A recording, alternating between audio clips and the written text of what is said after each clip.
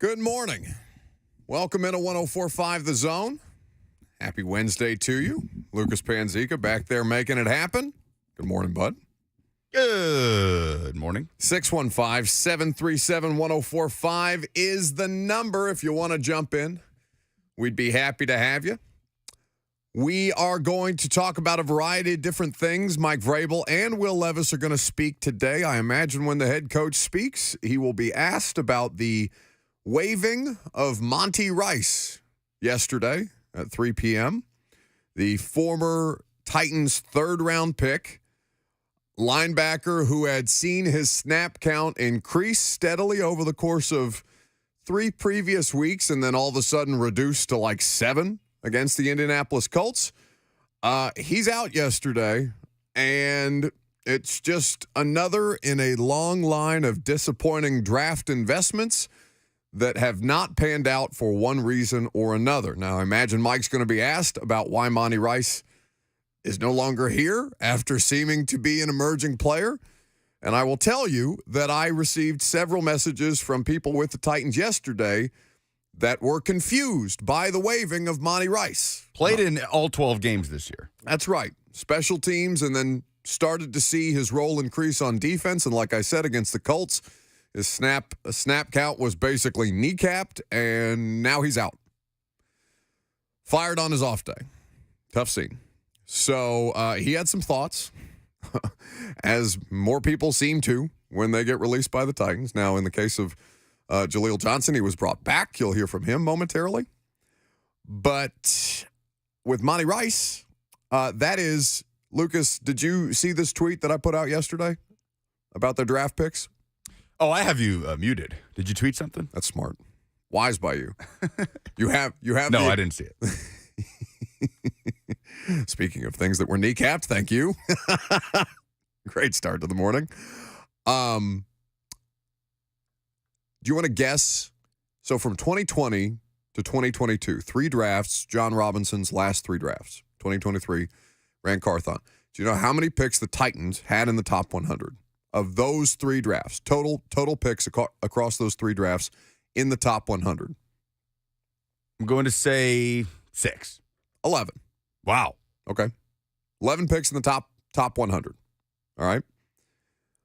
Do you want me to tell you the list of players, or do you want me to tell you how many actually panned out or have panned out to date? Well, should we start with who's left on the roster?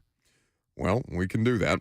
Because other than we're going 2022, J-Rob's last draft, other than Malik Willis and Christian Fulton and Dylan Radins. Okay, so let's do it this way, all right? So there were 3 top 100 draft picks in the 2020 draft. 29, 61, 93. Can you name them? Christian Fulton. 61. 29 was Wilson. Isaiah Wilson. And what was Monty Rice. No, Darrington Evans. That's right. Ugh. What was Monty Rice? He was a third-round pick. He is, and he's a top 100 pick. He's one of the 11. Oh, he's 2021. He's 2021. So 3 in the top 100 in 2020. One of them plays and is probably in his last year here. That's Christian Fulton. But he plays, right? He at least consistently is out there for the football team. The consistency of that has been questioned coming into this season. But like on the whole, based on the scale of Titans draft picks that have panned out, you have to put Christian Fulton in that mix, even though it probably detests some of you based on your reactions on social media yesterday. So to 2021, they had 4. 4 top 100 picks. 4 top 100 picks. Caleb Farley. Yep. Dylan Radins. Mm-hmm. Monty Rice. Yep. Des Fitzpatrick. Elijah Molden. Des 109. Just on the outside. Just outside. So close. Real close. He honestly should count. He should count for how offensive that draft pick was. Yeah, for the purposes of this conversation. He should count for, oh my God. It makes you mad to read this stuff back. 2022. They again had 4 in the top 100. You want to take a run at it? 2022 was Roger McCreary. 35. Oh, goodness. Who was their first pick in 2022? I think this is very telling. Who is their first-round pick in 2022? How am I blanking this hard on their first? Oh, Traylon Burks. My goodness. Malik. No. Was you part of that. You don't get to just gloss over what you just did. Yeah, the first-round wide receiver that they picked after trading A.J. Brown. You looked at me. That wasn't a bit. We didn't plan that. He looked at me completely lost about who their 2021 first-round pick is. 2022 first-round pick is. Think about that for a second. Burks, McCreary, Malik was in the third round. He was 86. You said there were how many top 100 picks in 22? 4. Oh, the fourth pick in 22. Who is it? NPF. So, that's 11 players, 12 if you want to count Dez at 109. We won't, and we will do John Robinson a favor by not counting Dez Fitzpatrick in the top 100 picks that the Tennessee Titans had in his last 3 drafts here. How many players of those 3 drafts, of those 11 top 100 draft picks, would you say are functioning NFL players here? Christian Fulton. Yep. Burks isn't right now. Nope. NPF when he's healthy? I would push back on that heavily. I think it's Fulton. I think it's Molden. I think it's McCreary. Yeah, Molden and McCreary. And honestly, Molden I think is because basically now they're finding out because Monty Rice is saying, yeah, good riddance on his way out the door, basically, is what the tweet said.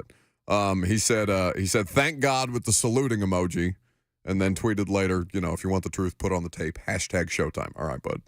Showtime. I mean, I don't know. Listen, I'm not going to sit here and act like I knew Monty real well. I went up to him a couple weeks ago in the locker room. He said, oh, now you guys want to talk to me? And I wanted to say, yes, because you play now, bud. That's how it works. You play now. Like, yes, your words now matter more. I don't want to dehumanize you, but also, Monty, work with me here, bud. I love Showtime. Put on the inside linebacker tape, #Showtime. I mean, but listen, we can make jokes about Monty Rice. And also, he's not the first person to say, thank God I'm out of here. One of them got brought back already. Let's hear from Jaleel Johnson, who who deleted his Twitter account upon rejoining the Tennessee Titans after being waived from the Tennessee Titans active roster not 2 weeks ago. To be fair, I don't really think I was thinking. I was thinking properly.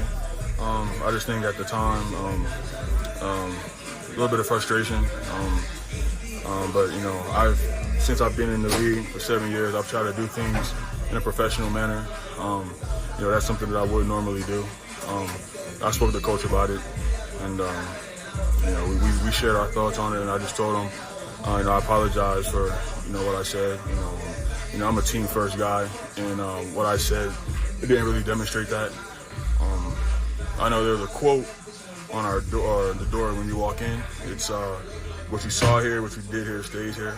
And I don't think I upheld that. So, I talked to coach about it and let him know I apologize. Talked to my teammates and coaches, told them I apologize for it. And then just moving forward, just make sure I'm keeping things as professional as I possibly can. So that's Jaleel Johnson, defensive tackle, who was waived a couple of weeks ago, tweeted his displeasure, basically said it's not on the defense, put on the tape. On his way out the door and had a conversation with Mike Vrabel and was brought back.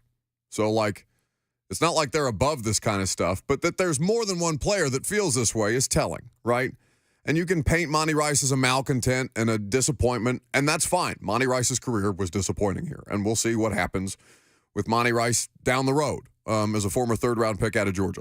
It's not like he was a bad football player. We understood why they made the pick when they did. To replace a first-round pick at linebacker who was also who basically washed himself out here, Rashaan Evans.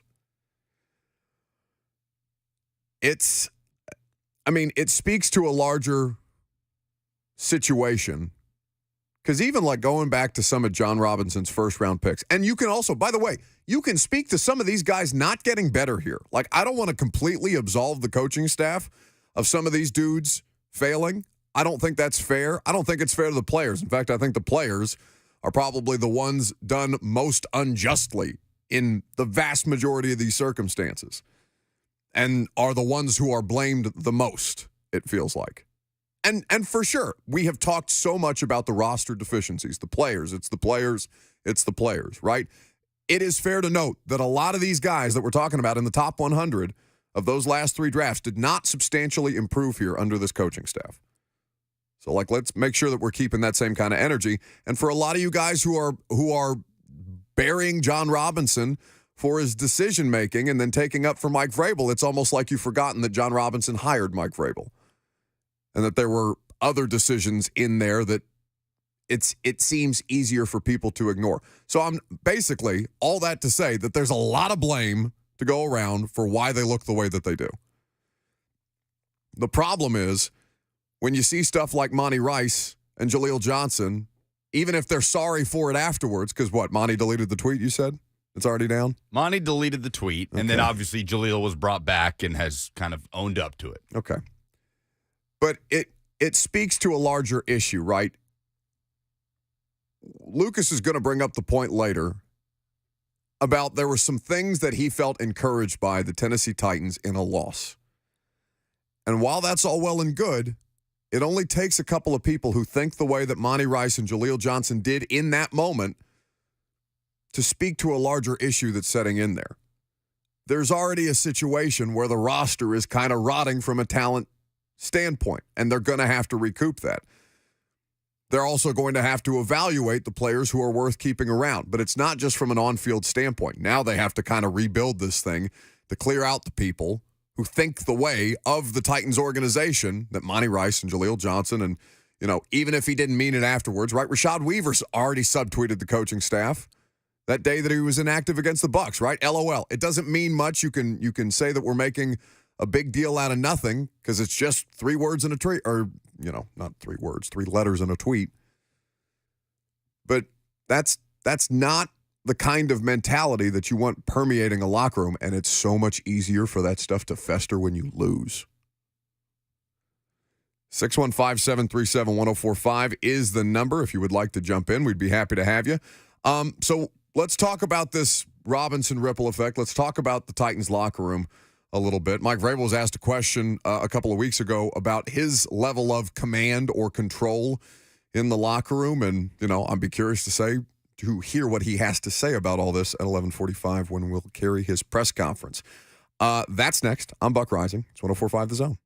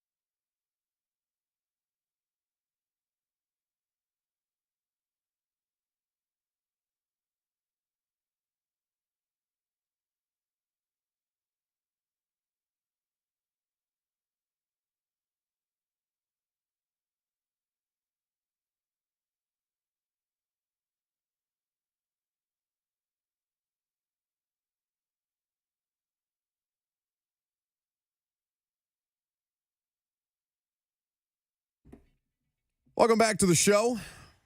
Titans are on the practice field later this afternoon. Mike Vrabel is going to speak before that happens, 11:45.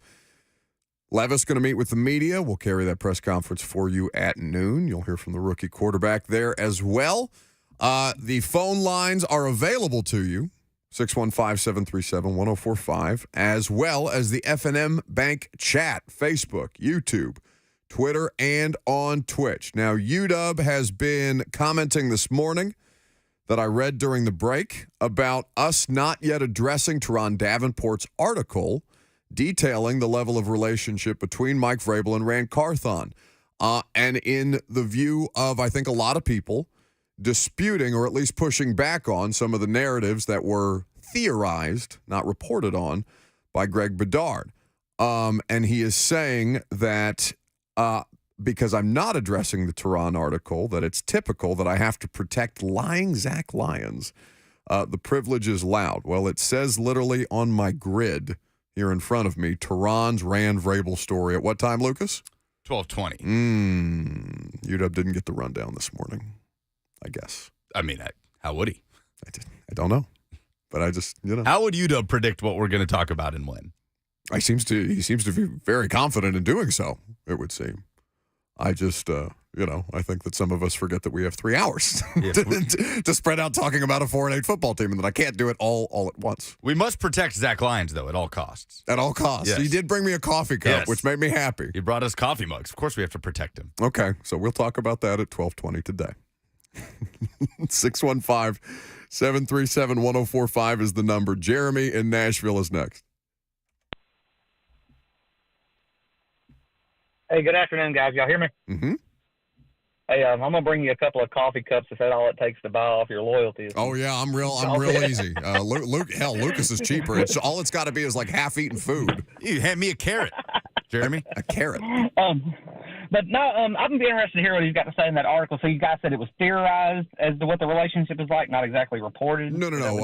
By Greg Bedard, who had the kind of, he was basically speculating on Rand Carthon's level of job performance in San Francisco, and then saying things like Mike Vrabel is trying to force his way out. And Teron's article disputes a lot of that notion and has quotes from both of them. He spoke to both of them. Okay. Well, that kind of goes back to what you guys were talking about earlier about the decisions made by Robinson, good and bad. People might have amnesia about it, but you guys can correct me if I'm wrong. But when he first showed up, they had Malarkey and Robisky there, which that offense was awful too. And, the players liked Malarkey and they wanted to play for him, but the organization, did they not go to Malarkey and tell him, you need to get rid of Robisky or you're walking with him? And that was like an ultimatum that was given, and he chose to walk with him, and then that's how we ended up with Vrabel. And I feel like the team has reached in a kind of a similar course where has Vrabel taken this team as far as they're going to be able to go, and what you were talking to about earlier about the deterioration of attitudes in the locker room and how many guys are actually really staying professional and not doing what Jaleel Johnson done, but maybe on the verge if they were put in the same situation, and how much of that has really affected that locker room. But I love the work you do on A to Z, man. I like poking at you, so keep digging that hole that we're going to throw this team in, and I'll talk to you later. Thank you for the call, Jeremy. So what do you make of the idea that Mike Vrabel's taken them as far as they're going to go, even though they look the way they've never looked worse, they've never been worse, which is something I think we can all agree upon. Yeah, they are in a worse state now than even the depths of a 7-game losing skid last year. Even if they don't lose 7 in a row this year. Yeah, this is worse. Yeah, it feels worse. God, can you imagine that?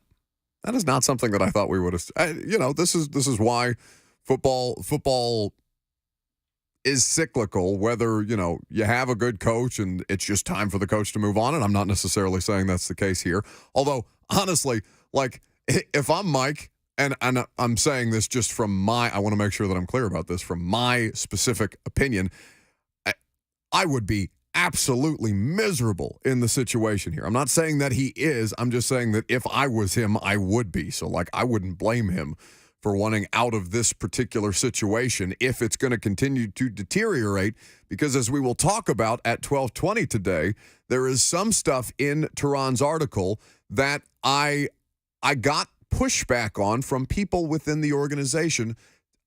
All that to say that there is some warring faction going on within the facility, and it's not lending itself to a productive work environment on top of whatever the hell's happening in the locker room. Now, here's what I feel like I need to say before we speak on the nature of the locker room. I have never been in the Titans locker room less than I have been right now because of the radio show, because of what time the Titans media availability is. The days that I have to go to the locker room are on Fridays, and a lot of times I'll miss Mike Vrabel's press conference just trying to get to the practice facility. So I feel like I need to say that. I'm in there after every game because radio doesn't conflict with that. But since the radio show does, there is a lot of stuff on Wednesdays and Thursdays specifically that I want to make sure that I tell you guys that I'm not there for. I think that's important before we talk about this. Monty Rice and Jaleel Johnson speaking out of turn that way, and the level of frustration that I see from people like Blaine Bishop about it, right? Where he's talking about how guys are jerked around a little bit defensively, where they're basically playing with a certain kind of fear that if I have a bad play, I may get yanked, right? That's kind of been evidenced by the Christian Fulton situation, where Christian Fulton is in sometimes, or sometimes he's pulled for Trey Avery, or he's done well to maintain his availability from a health standpoint until literally just this past game. He went down on the second to last play, and Mike Vrabel said on Monday that the hamstring got him again, apparently, which again is the least Mike Vrabel thing ever. How many games has Fulton gotten pulled in for performance? 3 that I can name specifically. 3 this season. 3 this season. But New Orleans, in every game, he went back in. Like they pulled them momentarily, but they've done this with other players, right? This happened to Elijah Molden on Sunday, where Kayvon Wallace is out there as one of the deep safeties after Molden has a bad play. And I'm looking around in the press box for Blaine, forgetting that Blaine is the Titans legend of the game, and he's in the tunnel with a sword getting ready to swing it and have a live microphone in front of his face. But because this is the kind of stuff that Blaine speaks to all the time, how much it must frustrate a player based on his knowledge as a former player, and how that's not necessarily the best way to handle these situations. Again, there's a compounding of issues here. But I want to focus on the Robinson ripple effect first and foremost. And Mike Vrabel and the coaching staff that is basically everybody who's a carryover, and there's a lot of people who are carried over from John Robinson still in that building, still in that front office, and of course Mike Vrabel and his coaching staff. So there's more than just one face that people need to associate with the problems that they have, even though John's going to shoulder the vast majority of the blame. So of those last 3 drafts, Lucas, we went through 11 players in the top 100, one of the 11 who we would say we feel good about their career here as a Tennessee Titan. Not just right now, but in the future. McCreary. Roger McCreary is the only one I can say with confidence that I feel good about his situation. I feel good about the player that he is. And, I would have said that beyond health with Christian Fulton prior to this year, so I guess anything can happen. But Roger McCreary is the player of those 11 top 100 draft picks that you feel the best about. Elijah Molden probably second on that list, if for no other reason than Elijah Molden, I think, is the kind of guy you want in that locker room at a time like this. He's very measured. He's very mature for as young as he is. And I think his willingness to speak on things and to try and speak, to be accountable when somebody needs to be in the locker room is the kind of character trait that they're going to start to look for as they call this thing in the very near future. So I would say Molden I'm probably a toss-up on. How many of those players from those 3 drafts in total, from 2020 to 2022, John Robinson's last 3 drafts here, have turned into productive players here? There's not a single player from the COVID draft class that you feel good about. Fulton is officially moved for different reasons, but Fulton has now moved into the category of, all right, vibes are bad, and that's probably at its end, at season's end. Nothing is predetermined, I suppose, but it's trending in the wrong direction for Christian Fulton. Fair to say? Yes. So that's Wilson, Fulton, Darrington Evans, Laurel Murchison, Cole McDonald, Chris Jackson, who lasted until this year, and arguably was the most productive and consistent of those players in his time here, although Christian Fulton had a moment in time. 7 players, none of them from that draft class that you feel good about. Evans, who, by the way, the Titans will see on Sunday. He is a Miami Dolphin. Darrington Evans is a Miami Dolphin? Mm-hmm. Oh, my God. If they fix Darrington Evans, people are going to lose their minds. Well, no one else has. Yeah, that's true. He's been a Bear. He's been a Colt. He's bounced around a little bit. All right, 2021. Farley, Radens, Rice, Molden, Fitzpatrick, Weaver, McMath, and Brady Breeze. Forgot about Brady Breeze. I didn't. 3 picks before Trey Smith. Yep. I did not forget about Brady Breeze for specifically because I remember Trey Smith. McMath not here. Brady Breeze not here. I don't know if Brady Breeze still in the league. I need to double check that. Weaver, 4th round pick. Do we feel good about Weaver? I would say that I would like more from Rashad Weaver. I don't feel bad about him. His inability, it seems consistently to set the edge in run defense has been a problem, and it's been highlighted, I think, a couple of different times. I don't think that's unfair criticism of Rashad Weaver. So I would say, of that draft class, between Weaver or Molden for who you feel the best about, because the rest of them either aren't here, defunct, or forced into action for no other reason than the coaching staff just doesn't have another tackle. Brady Breeze is on the Texans practice squad. How about that? By the way. Okay. Oregon legend. Then there's 2022. And, this is as confusing as any draft class that they've had so far. Robinson's last draft class here, which, by the way, not to twist the knife, but you have to include the fact that A.J. Brown left as a result of this draft. So you're grading on a scale of that for sure. Traylon Burks at 18, McCreary 35, NPF, and Malik Willis in the 3rd round. Hassan Haskins and Chig in the 4th round. Kyle Phillips, Theo Jackson, and Chance Campbell, 2 6th-round picks. Chance Campbell, who spent more time on the injury report than he has on the active roster. Theo Jackson, who is still with the Minnesota Vikings. Phillips, who was a healthy scratch on Sunday for special teams purposes because he played himself out of special teams.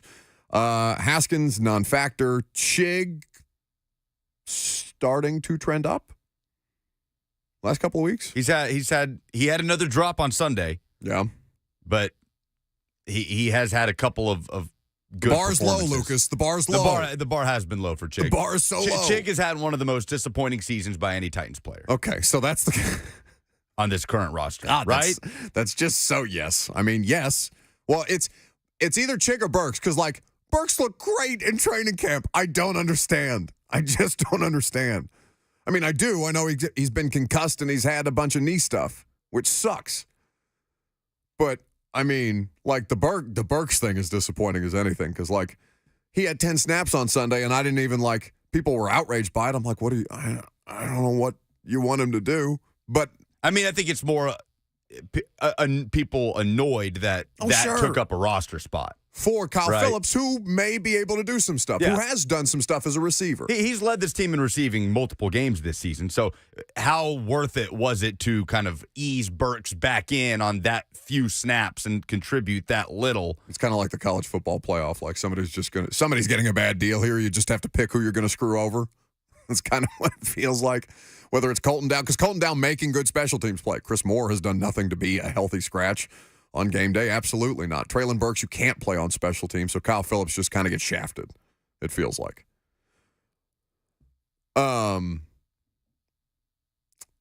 NPF. Is NPF a productive football player for this team? There are moments when he looks like a legitimate starting caliber tackle, and then all somebody has to do is an inside pass rush move on him, and he's beat. They could use him right now. Well, sure, they just need a body. But, I didn't think what I saw from him at left tackle did not make me feel good better about the idea of him at left than it did at right. There was nothing that, I honestly feel better about the Jalen Duncan experience than I do about NPF. And that's 2 games. And again, that's probably short-sighted recency bias, but like I saw enough of NPF and NPF not make that specific correction. The inside moves beating him that consistently is maddening. It's as maddening as watching Dillard. So I don't know how to feel about NPF other than they just need physically somebody to play offensive line right now. And then there's Malik, which is just out there. It's kind of out there. So how many players? So we've now expanded it from 11 to 3 whole draft classes. 3 whole draft classes. And we feel good about McCreary. I don't think I'm ready to say Phillips yet. I don't want to say Phil. I feel like I want to, but I don't think that's earned. I feel like that's just because, oh my God, somebody led them in receiving other than DeAndre Hopkins. But he's automatically removed. No matter how much he contributes on offense, a lot of that value is taken down because of the way he played himself out of special teams. That's what I'm saying. The huge reason why he was drafted, right? Yes. Because of what he was as a punt returner at UCLA. And this team has been trying to figure out like a consistent returning situation. Which, for what it's worth, Guerra has been solid. Been solid. But again, bar so low. So low. Yeah, the bar is catch the ball. He's not solid. Solid is functional. Solid is. The bar for the last 2 years is don't muff the punt. This is why I get so frustrated with these conversations, because I feel like over the course of the last year we have been lulled into, oh, but they're trying. Oh, but they're trying. Oh my God, they're not doing the most disastrous thing possible. Good job out of you. And that's fine. Like, you have to start somewhere, but it's almost a year of baby steps right now, and it feels like it's never been worse. That's my larger issue with these conversations. With guys like Eric Garrett, because I want to give the dude credit. He's an undrafted rookie free agent. He has experience with this in college. He had a bad moment against the Jacksonville Jags when the entire team was underperforming, right? Guy was pressing and he fumbled. I don't want to knock him additionally just because there's not a better option, and he's doing it well enough. But I just feel like the bar has been set so low for them collectively. Where has the bar been set lowest? I mean, what area of the field? Is it the punt return? Where I'm just like, oh my God, he didn't fumble. Like, exactly. Is that the most bare minimum that we look at of, hey, just don't muff the punt? Oh, you didn't. Good job. Right? Ooh. I don't know. I think Chig is up there. Like when Chig is so wide ass open and I'm still like, oh my God, please catch the ball. Chig, for your sake, buddy, catch the ball. Like, I'm still having those thoughts, even though he's put together a couple of games, because, the larger sample size of Chig is he's going to drop it. Tighten up Tony on the FNN Bank chat says offensive line is where the bar is lowest. Oh no, but I people's energy for that has never been stronger. Like, I think there is an acceptance about the level of offensive line play, but I think that is still where people are the most outraged. I mean, if you're kind of grading it on a scale, like, I think people are disappointed with Chig, outraged by the state of the offensive line, and what would be I mean, Phillips, I guess, is third on that list of things that you needed to take a step that haven't really. Probably disappointed by Chig and Phillips in the same category, and outraged by the state of the offensive line. 615-737-1045 is the number. John in Crossville's next. Hey, guys, what's going on? Not much. Hey, I got a question about MTSU's recent football hire. So they hired Derek Mason, who during his tenure at Vanderbilt was 27-55, 10-46 in conference, and an 0-8 record his last year. I guess I'm just confused on why you give that guy a 5-year contract. And I know you're probably going to say, well, he's at Vanderbilt. What can you expect for success when he's got to play? Well, when he was in Oklahoma State, he was the defensive coordinator, and his defense allowed 44 points, 25 points, 31 points, 43 points, 34 points, 48 points, 37 points, and he did allow 7 points to Arkansas Pine Bluff. So I'll give him his flowers there. But I just don't understand why MTSU cannot take the approach of like a Western Kentucky, where you cycle through these offensive minds that are a lot of fun to watch, like Jeff Brom, Tyson Helton, and even Bobby Petrino. Fans want to see points. I don't understand why we're hiring guys that have not had success. And my other question for you is, do you think Roman Reigns will hold on to the WWE Championship until the rumored WrestleMania in Nashville when the new stadium opens? Thanks, guys. I'll hang up and listen. He's laughing at the end of that because he may as well have been speaking Portuguese to me just then. Well, no, I would have understood it if it was Portuguese. I didn't understand. I don't know anything about Roman Reigns. Who looked more confused on the Roman Reigns stuff, you or me? I just kind of started to drift as soon as he went into wrestling. I know that didn't somebody come back recently in wrestling? Like a particular character? We need Robert. Know your audience. No, not the audience is probably screaming. I'm saying you're asking me a question. You know I have no idea. I'm just asking generally. Didn't something happen in Nashville recently regarding wrestling? I got nothing. Other than Jelly Roll. I think his criticisms are fair. Well, let's talk about it coming up next. MTSU. Let's do that coming up next.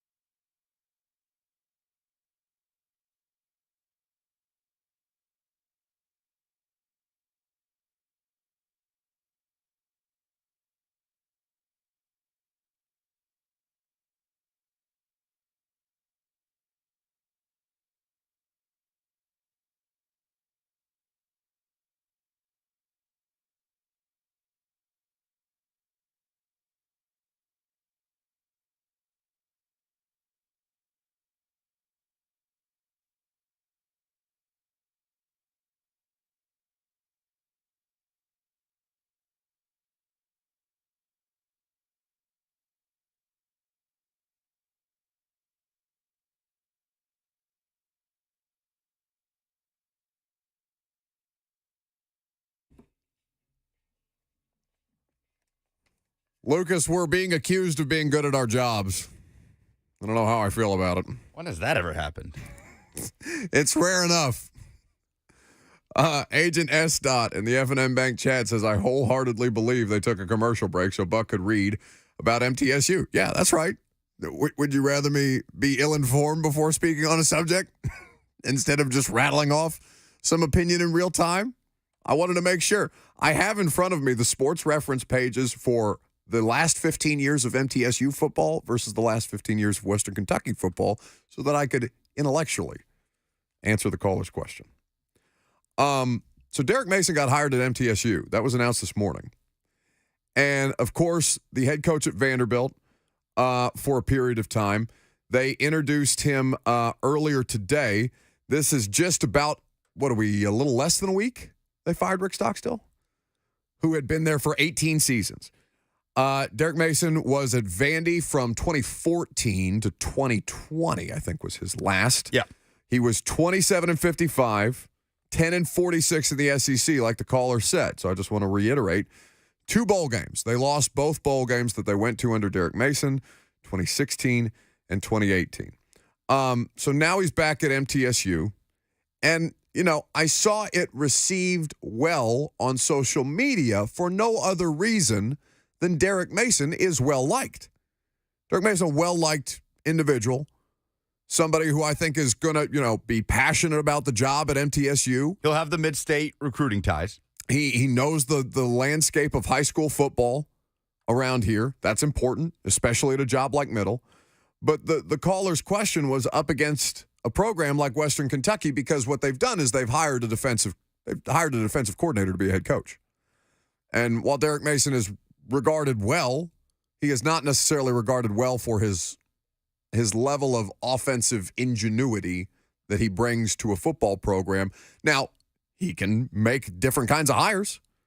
He can find up-and-coming people who Middle Tennessee would be a good stepping stone job for, coordinators who are looking for opportunities of their own at different college football programs. But Middle Tennessee this year, 4-8. Last year, 8-5. They had the big upset over Miami. They went to the Hawaii Bowl, which they won. Under Rick Stockstill, they had been to bowls. In 1, 2, 3, 4, 5, 6, 7, 8, 9. Various win-loss record. Now, record-wise, Western Kentucky does have more double-digit win seasons in there in the last couple of years, the last 15 years. Most notably, they were 12-2 in 2015. And they score a lot of points. They've always had good offenses there. It's produced a variety of different draft picks out of that program on the offensive side of the football, whether they be quarterbacks, wide receivers, or otherwise. And so I think the caller's contention was if it's going to be, if it's going to be a 7 or 8 win season at best, can we get a more entertaining product? Am I reading that correctly? Yeah. And you feel how about the Derek Mason hire? Because I think it's being received well optically, but from a football standpoint, I don't know how excited people are about Derek Mason at MTSU. I can see why a Middle Tennessee State fan would be uninspired, right? That they would want something more exciting. Mason's going to come in and try and build a program and use his ties for recruiting and defense and culture, and the offensive coordinator hire is going to be really, really important. But I understand why you felt like this program, after letting go of Rick Stockstill, needed kind of a shot in the arm. And I think when people think shot in the arm in college football, they think offense, they think points. Derek Mason is not a shot in the arm. No. That doesn't mean he can't build a good program. And I would love to have Coach Mason on. I would love to talk to Derek Mason about the opportunity and what his approach is going to be. We don't talk at all about MTSU football. This has given us a reason to talk about MTSU football. So I'd be fascinated to ask Coach Mason some of these questions. And so hopefully we'll reach out to MTSU in the coming days and see if there's not an opportunity to speak with Coach Mason. Speaking of speaking with people,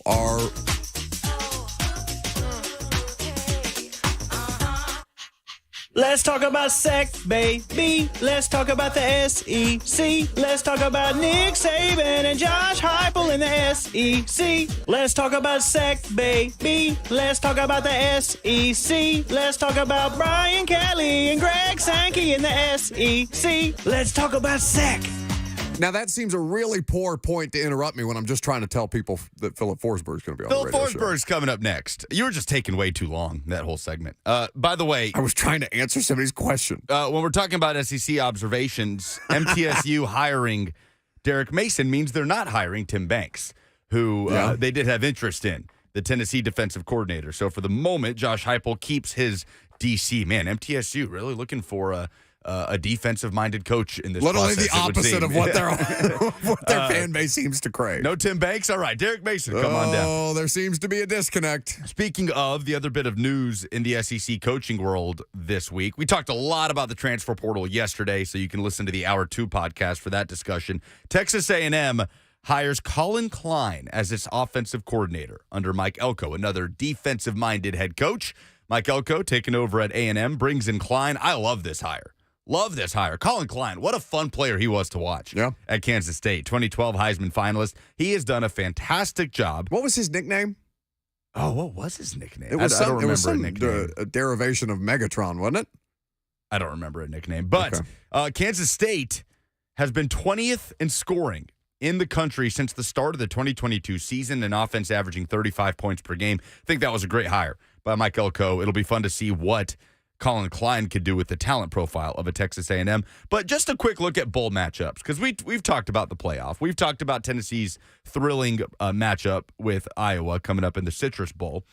Otherwise, what is the most highly anticipated bowl game involving an SEC team? Optimus Klein. Ah, yes. Optimus Klein. I knew it. What an all-time nickname. You're welcome. The answer is the Orange Bowl, Georgia and Florida State. Florida State trying to delegitimize the college football playoff by beating the two-time national champs and finishing undefeated. And we'll see. We'll see what Georgia team shows up. Last time they had this situation, they lost to Sam Erlinger and the Texas Longhorns, where we got "We're back" from Sam Erlinger. Oh, my God.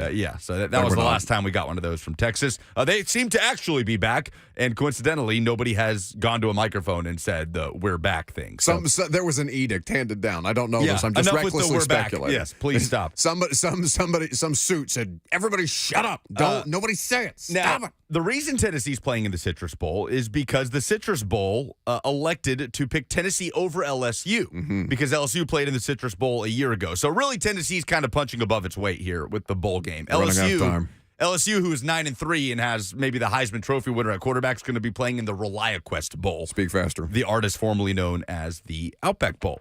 Excited to see Missouri play Ohio State. Should be interesting. I don't know who plays quarterback for Ohio State. Kyle McCord's in the portal, and Ole Miss and Penn State in the Peach Bowl. Another interesting matchup. Last thing, Music City Bowl. Auburn versus Maryland. Saw that. December 30th. Are you upset because Philip Forsberg is going to infringe upon your airtime? No, you infringed. Forsberg had nothing to do with it. He's next. That's the reason we're late.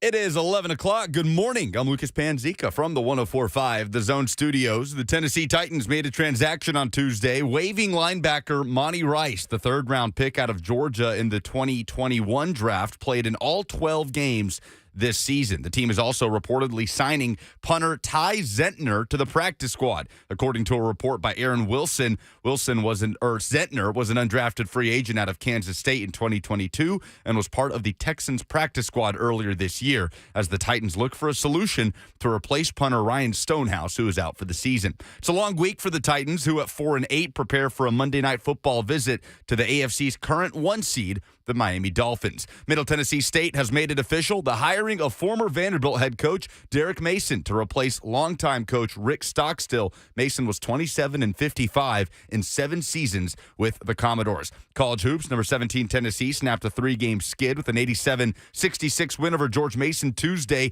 Jonas Adu, a career-high 17 points to go with 8 rebounds and 4 assists. And the Nashville Predators grabbed a shootout win over the Chicago Blackhawks on the road on Tuesday.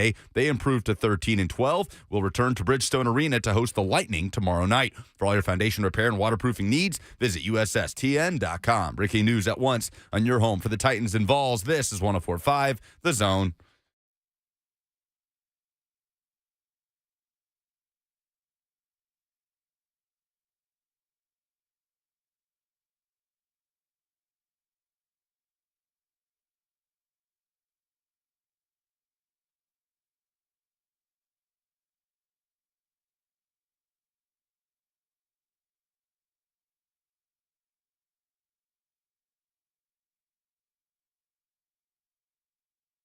Second hour, we're happy to get it started with Philip Forsberg of the Nashville Predators, who joins us now on 104.5 The Zone. Preds made it to a shootout, won the game in the shootout. Philip Forsberg, the man who put it on ice himself. Phil, how are we living this morning? Great. Everything is always better when you win, so that's for sure. You guys been doing a hell of a lot of winning lately. I know you had the 2-game skid in there, but so far on this road trip, you guys have managed yourselves really well, and to this point in the season, Phil, you got to feel good about the progress that you've made from how it started. Yeah, no, for sure. I think there's a lot of good things that we're getting rewarded for. I mean, like you said, obviously those 2 games that we lost. I mean, the Minnesota game was bad. That was probably the worst one we've had in the season. But the Rangers game, I thought we played great. I thought we deserved to win that one, and then followed it up with 2 good efforts to get 2 more wins and back on the winning track again. It's something that's so foreign to me, Philip, because what with my day-to-day, like there's only 16 games that I cover a year, right? So there's just so little volume. The way 17. that you guys have 17, damn it. How many different ways that you have to manage? Thank you, Lucas. I'll deal with you in a second, or I'll let your boss deal with you in a second. Philip Forsberg here with us on 104.5 The Zone. With so much volume, with so many games, how you guys have to manage the ebb and flow of that in the NHL. What is the thing that you have found that keeps things the most on track when you're just trying not to get too invested in any one result in an 82-game season? Yeah, I mean, I think the end part of that is the most important thing. You can never get too high and never get too low, I guess, and it's hard, obviously, because there's moments in the season, like obviously that Colorado win we had a couple weeks ago when we tie it and win it in 30 seconds, right before the buzzer, and those are obviously going to be real high highs, but then at the same time, the Minnesota game, like I said, was pretty low of a low with everything that went into that game as well. So I think it's just being, and I think that's something that you learn. I mean, obviously we have a lot of veterans, but also a lot of young guys. So I think it's a really good mix of that. Like we obviously get the youth and the enthusiasm of some of the younger guys, and also have a lot of guys with a lot of experience that can kind of guide away. So I think we've handled it pretty well so far, but like you did say, there's definitely one of the bigger challenges in our sport. What are some examples of where those younger players on the roster have impressed you, Philip? Like, is there a way that you can articulate that for the audience in real time? I mean, I think just if you're just talking about their hockey skills, it's wild what these guys can do. Obviously, we got so many of them, and they all got a little bit of a taste of it at the end of last year with all the injuries we've had. But this year, they've kind of taken themselves up to that next level of being full timers. Like obviously that's a different animal to handle for all these guys, and I think they've all handled it really well. Obviously, there's going to be ups and downs for anyone, even young or old. I mean, there's moments in the season that I wish I could have done differently, obviously, too. And I've been in this league for a long time. So I've been really impressed with how they've handled everything. And obviously there's going to be we still have, like you said, almost 60 games, 50 games for sure left. So there's a lot more time for learning and also for development for all of us. It's hard for me to get football players to talk trash with me anymore since Delaney Walker and Jarrell Casey aren't in the locker room anymore, Phil. So like I'm gonna try it here with you. It feels good to be 2-0 against Chicago, right? Like it still feels good to kind of hold it over the Blackhawks a little bit, yeah.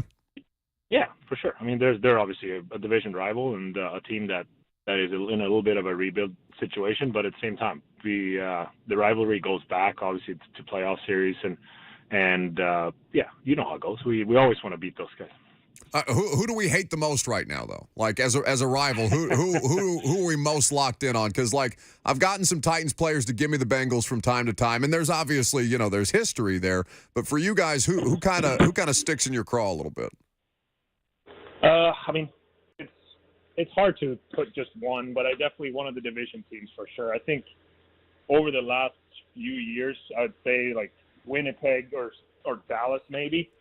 We've had some playoff runs with them that was been heated, and we've both been either in playoff pushes or fighting. Like the one year we won the President's Trophy. Obviously, Winnipeg was leagues. We were going head to head with them all year. So I think those two are probably the most recent rivals that I would say. But it changes every year too. Like it obviously all depends on kind of where you are in the standings and things like that. But anyone in your division, you play them so many times, so obviously those games, just like the NFL, gets extra attention, extra heated. Phil, what kind of car did you just get into? It sounded like you were getting ready to take off into a rocket ship. What is that beeping? I wasn't sure if you guys could hear it. I had to fill up my car tire. Thankfully, I have a little machine so I could do it inside in my garage. But I have a Maserati SUV, so it's got a little bit of horsepower in it. So I'm sure that's what you were hearing. Just my horse is warming up for me to go to practice. There it is. Phil Forsberg here with us on 104.5 The Zone. Phil, last time we talked to you was before the Andrew Brunette era officially got underway. And after kind of the slow start, now you've won 8 of the last 10. You've gotten over 500. What's the biggest thing that you would say sort of snapped into place for you guys over the course of the last couple weeks?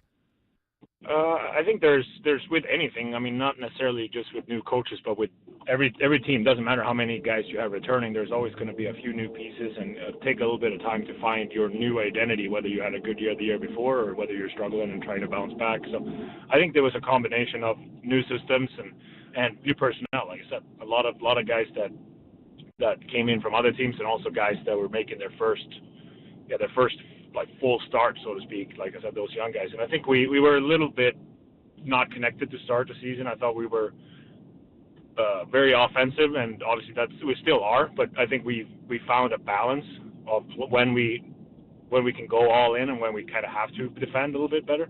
And I think that's kind of made us a way more connected team, way better overall. And I think at the end of the day, like, you have to defend in this league. As boring as it might sound, you have to defend, and I think we're doing that a lot better. And we're giving our goaltenders, who have been unbelievable for us all year, we're giving them a better chance to be even better. And at the end of the day, we got Juice and Kevin Lankinen, they're two of the best goalies in the league, and if we can help them as much as we can, we're going to win more than we're going to lose, that's for sure. Saros, like, how often does he just wow you, Phil? Because, like, it's there are moments where, you know, he's been doing it for a while here now, and obviously, you know, he followed up a pretty big act that everybody is reminded of every time they go to one of y'all's games. By the way, Preds back at home tomorrow hosting the Lightning. 7 p.m. puck drop is when you can catch them at Bridgestone Arena. How often are you just kind of in awe of what your goaltenders do? I mean, on a daily game or practice, it doesn't really matter. It's like you said, I've been really spoiled since I came in here. I mean, obviously 8-9 years with Pekka, and then now Juice has taken over right where he left off, and it's pretty remarkable how good it. I mean, Juice has been for a really long time, and how consistent he's been, and then, like I said, bringing Kevin Lankinen in last year, who should be a starter, but he's not, you know, because we have Juice, but he's playing unbelievable too. It's really, really fortunate to have those two guys in the back there, and like I said, it is sometimes you get spoiled for sure. You just sit there and then they make an unbelievable save and they bail you out after mistakes, and it's pretty nice to have that. First shootout win of the season. 2 wins on the road. Back home tomorrow night against the Lightning. Phil Forsberg, kind enough to spend some of his time here with us before he heads out to practice today. Thanks for the time, buddy. We appreciate it. It was good to talk to you. Yeah, good to talk to you guys, too. Take care. Philip Forsberg with us on 104.5 The Zone. That was an unexpected surprise. Appreciate the Preds for making that happen. Shout out Nick Barnowski of Preds PR. Yes, thank you very much. He, like, every time he says, like, he reminds me of how long he's been in the league, it's still kind of jarring to me because he's only 29 and he's been in the league for a decade. And I don't know why hockey players have been like that since the dawn of the NHL. Like, they just come in at a really, really young age, especially the best ones, right? Who get to the NHL right out of the gate as opposed to doing these AHL stints and stuff like that. But I don't know. It's not just Jussi that I continue to marvel at on a regular basis. It's Phil Forsberg still out there getting it done last night in the shootout. Which, I understand you covered the league, but that's the norm for basically every sport out there, right? For a 29-year-old at the height of his game to have been in the league for a decade plus.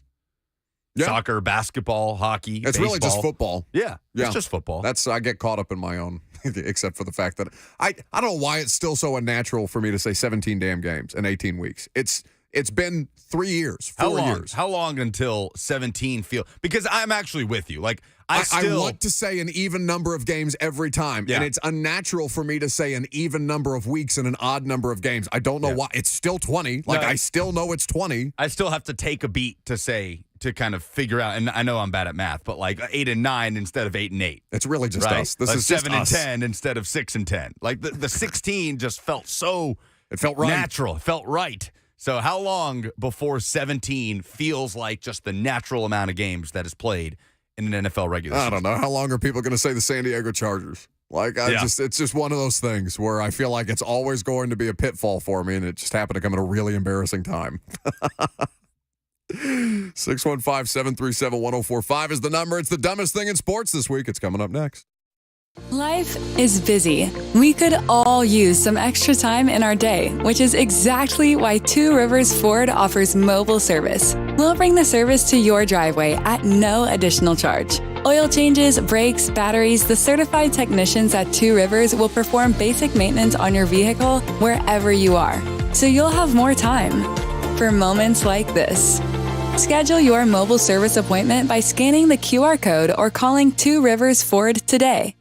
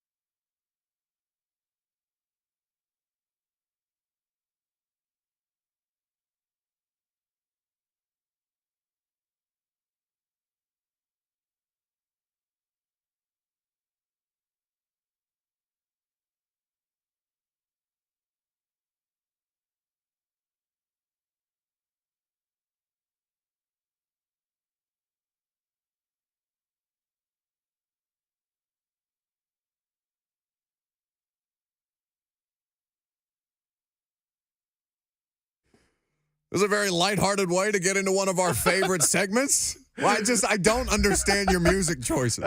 Cash? I feel like this feels like mega church music. Like I feel like we're about to have a come to Jesus segment here. All you need is your Jerry Curl, Calvin, I'm blanking on the name, Calvin Gemstone. Jesse Gemstone. Yes. Jesse Gemstone. I saw a bunch of people go as Jesse Gemstone this year for Halloween. It made me laugh. It does feel a bit mega church-ish. I've never been to one of those. Like, I'm Catholic, personally.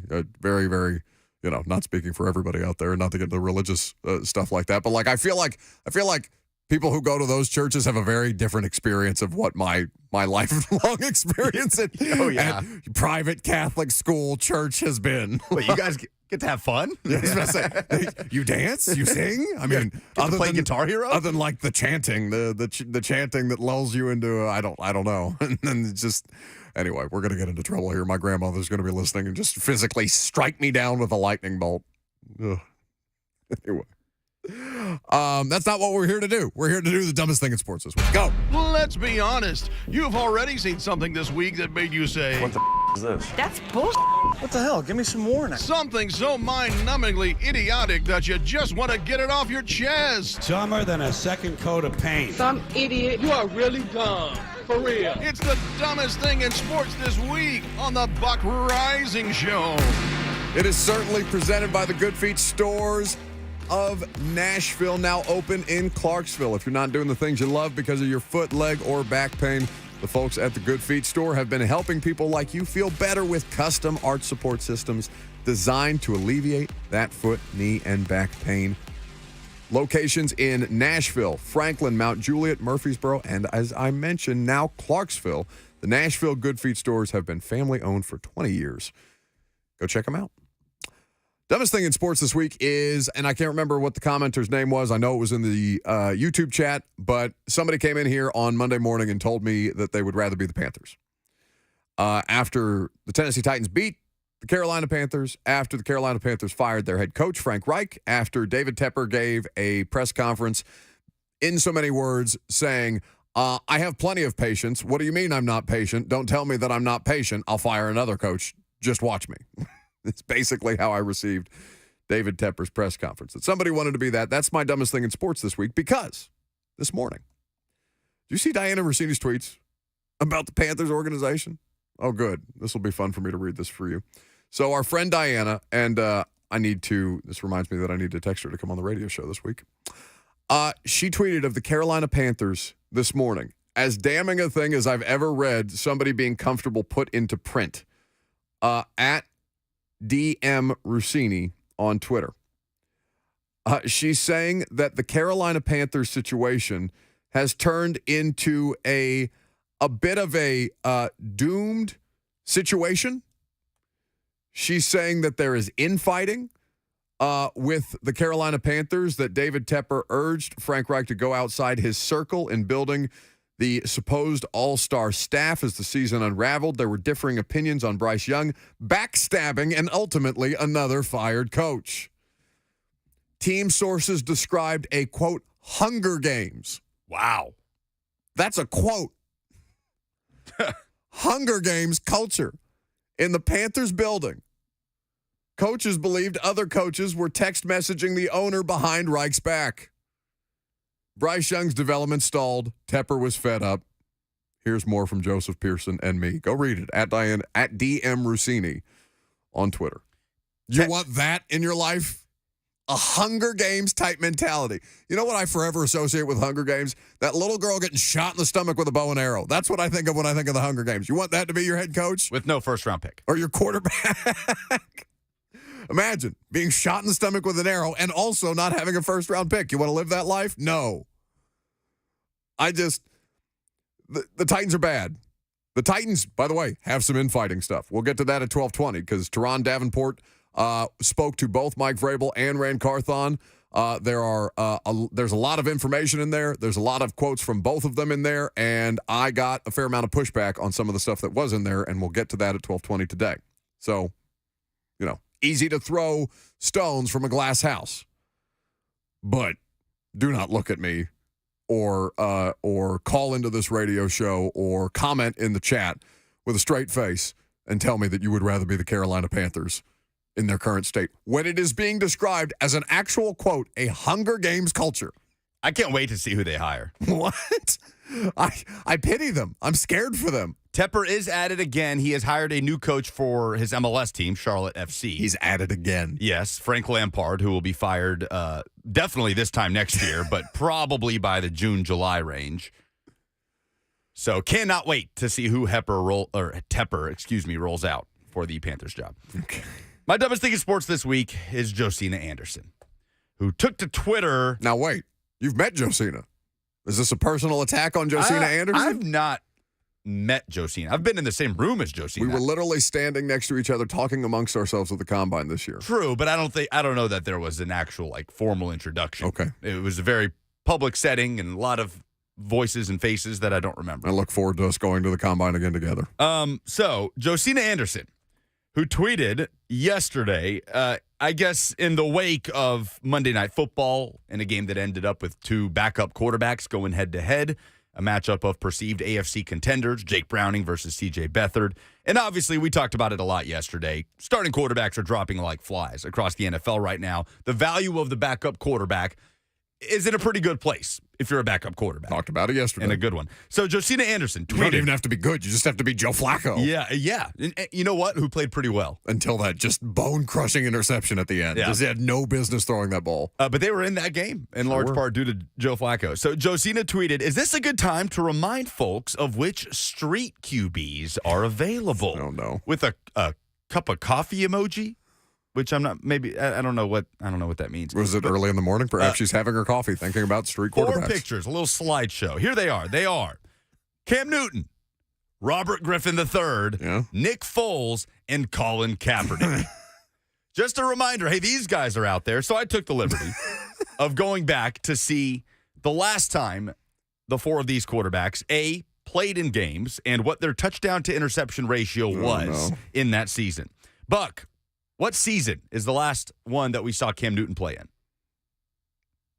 2021? 21 for the Panthers when he came back. Because he got cut, then he got brought back, and then he got cut again? 8 games in 2021 for God, Cam it was Newton, that many? who is now 34. He didn't start in 8. He played in 8 games. Cam's only 34? He's 34 right now. Oh, that happened so fast. Played in 8 games, a touchdown to interception ratio of 4 touchdowns to 5 picks. Nick Foles, Buck, who is also 34, last played when? I want to say last year. Yeah. The Colts. He played. Oh, my God, that's right. He had that play with, who's the Giants' number 5? The top draft pick, Thibodeau. Kayvon Thibodeau. He played in 3 games. He got his ribs broken. That's right. When Thibodeau was doing the snow angel celebration. Snow angel next to Nick. I'm sorry. It's so bad to laugh at this, but the visual of Nick Foles writhing in pain as Kayvon Thibodeau does a snow angel in the turf is one of the most horrifying and hilarious things that I've ever seen in my life. I'm so sorry, Nick Foles. I know. 3 games in 2022 for the Colts. 0 touchdowns, 4 interceptions. RG3, Buck, when's the last time RG3, who is now 33, played in the NFL? Cam Newton's only a year older than RG3? Yeah, that does seem odd. This doesn't, well, I mean, I get RG3 is Tannehill and Luck and Russell and... Cam was a rookie in 11. Yeah. RG3 was rookie of the year in 12. RG3 has been done for so much longer. He was a backup for the Ravens in the COVID year? Yes. 2020, RG3. He played 4 games for the Ravens in 2020. Yeah, I got all 3 of those. No touchdowns, 2 interceptions. And Colin Kaepernick, who is now 36, last played in 2016. Yeah, famously. Played in 12 games, 16 touchdowns to 4 picks. That was, we're coming up on damn near a decade ago. So, Josina Anderson, no. Nobody remembers. Nobody's thinking about these 4 street QBs, as you called them. Right now to come in and be a backup in this league. I would name a backup quarterback, Buck, that you would rather have play for you other than Nick Foles. Name somebody that you would rather see over Nick Foles. I would rather watch Tommy DeVito play over Nick Foles. I would rather watch Tommy DeVito. Oh, 100%. I would rather watch Trevor Siemian. 100%. Who is probably going to start a game for the Jets this weekend. I'd rather watch Zach Wilson. I'd rather watch Joe Flacco. I got my wish. It was kind of fun for a minute. He made a ridiculous across his body throw. Joe Flacco is just one of the most perplexing human beings of all time because I don't know if he actually likes football. And yet there he is just floating around like a ghost for the Jets to put number 19 on him and trot him out there in relief of Zach Wilson. Unbelievable. 615-737-1045 is the number. Steve Lamb in the comment section says, the Carolina Panthers, may the odds ever be in your favor. Oof. Little bit of Titans news. I'm not going to do the laser light show, but Jim Wyatt stating that the Titans have promoted linebacker Otis Reese to the active roster and have added punter Ty Zentner to the practice squad. OTIS. Okay. There it is. So maybe a solution at punter there for the Titans to replace Ryan Stonehouse. Zentner was a UDFA out of K-State 2 years ago and was last with the Texans practice squad earlier this year. I didn't realize I didn't remember Otis Reese playing in 2 games this year, but apparently he has. As a tackle on special teams. Anyway, so that is the transaction that corresponds with Monty Rice's waiver. Monty Rice. I tried to say Rice and waiver in the same sentence, and I got tripped up. Thank you for that. Should we just is him crying on Twitter? Is that Monty Rice or is that Monty Weiss? Oh, Monty Weiss. That was Monty Weiss. Oh, Monty Weiss. He's so sad he got cut by the Titans. Little Monty Weiss. That's a very scary man. He could beat the holy hell out of me. I should not be that comfortable doing that into a microphone. I'm sorry, Monty. 615-73. This is just a dumb show today. What the hell are we doing? This is what happens when you're 4-8. What's different? I don't know. Brad in Clarksville's next. Well, good morning. I think this week's dumbest thing in sports actually happened Thanksgiving weekend when Auburn could not figure out how to play defense on 4th and goal from 31, causing all of us to be subjected to the lunacy that we've had to deal with in the arguments for and against how things played out in the college football playoff. It's true. It's Auburn's fault. It's Auburn's fault. All that agony that the college football playoff committee seemed to be in, picking whom they wanted to screw over the least, I guess, out of the college football selection, the top 6. All Auburn had to do was stop a 4th and 31. And none of this happens. A 4th and goal from the 31. Yep. I'm torn because I hate that Alabama's going to get another shot at a national championship. I also loved the drama over the weekend. You were rooting for them on Saturday. Oh, it was a very pick your poison scenario. No. I wanted Alabama to beat Georgia, yes. I did want Alabama to beat Georgia because I wanted chaos, and another Alabama championship is honestly, its water is wet at this point, and I don't want to see Georgia three-peat. I did not want to see Georgia get to make that type of history and three-peat, but I would have loved, the ideal scenario would have been Bama to win the SEC and then get their hearts shattered on Sunday by being left out. That would have been the ideal scenario. Jim in Murfreesboro's next. Hey, how y'all doing? Great. Hey, I think my dumbest thing in sports today is Ron DeSantis putting aside public funds, $1 million, for FSU to sue the selection committee. Oh, no.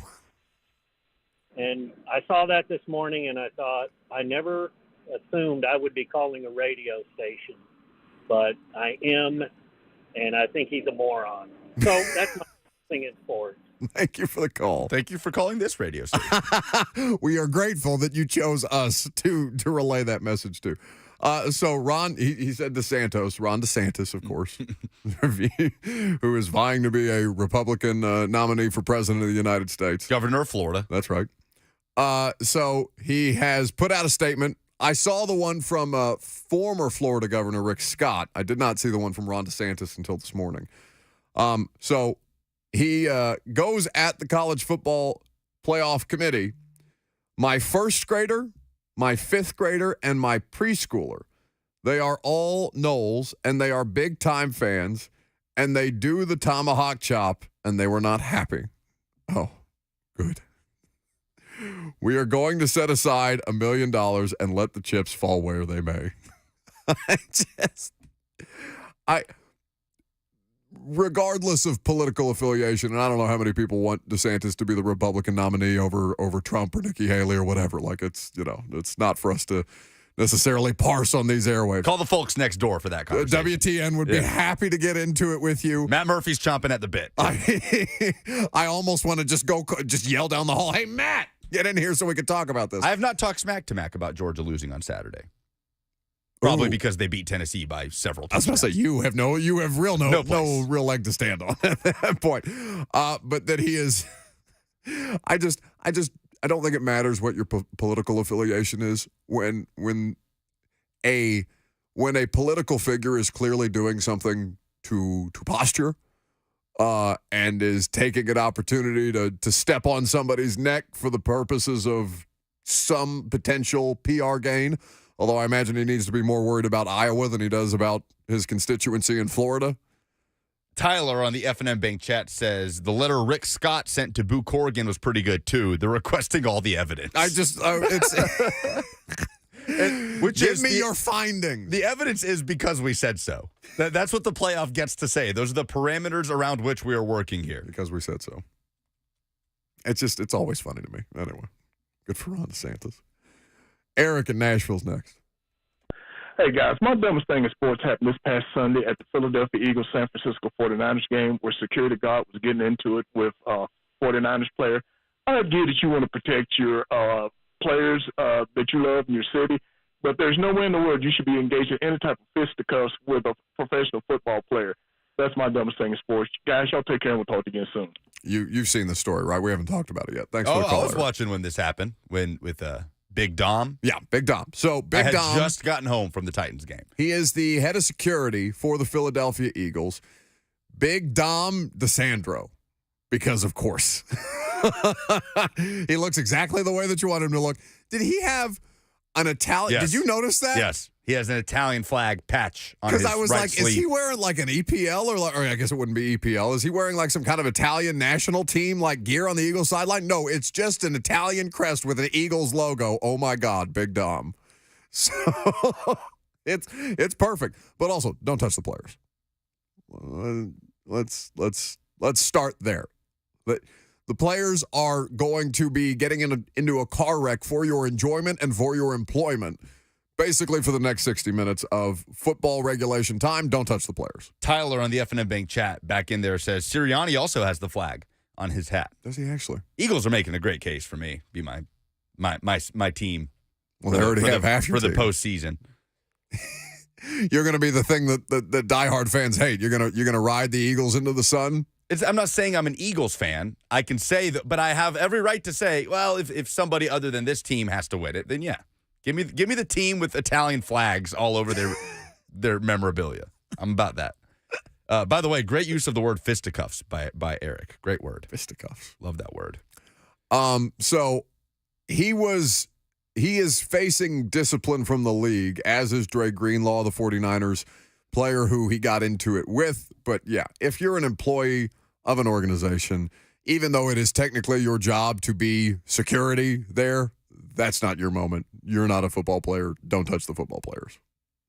I feel that way about fans too. You see that Eagles fan that got like chest popped by who was the player? I want to say it was for the Bills. Did Philadelphia and Buffalo just played recently? I want to say that a Bills defensive lineman, I want to say it was Shaq Lawson, popped an Eagles fan in the chest because he was like saying something awful about his family or things that he was going to do and stuff like that. Like Eagles fans are out here wilding. They do not care. Mike Vrabel, he's going to speak to the media. He's going to be asked questions about Monty Rice and his tweets. We'll carry that for you coming up next.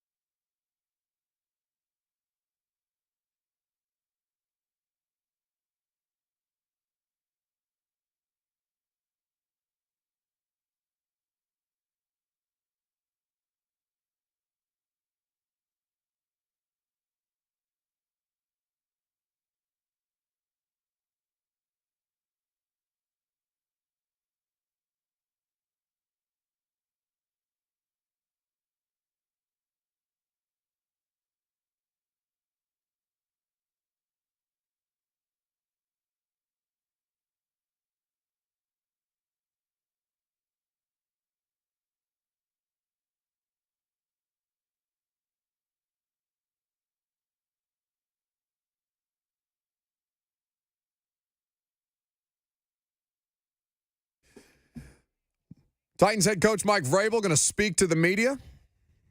Carry that press conference for you here in just a second. Titans are on Monday Night Football next week. Next Monday. We'll be in Miami. Ramon Foster and myself, we're going to do the shows from Miami. We had a very gracious studio or station offer us some studio space so that we would not miss any time with you guys. Although I know Lucas was looking forward to hosting because as soon as you sit in my chair, you get a lot more opinionated, I feel like. Do I?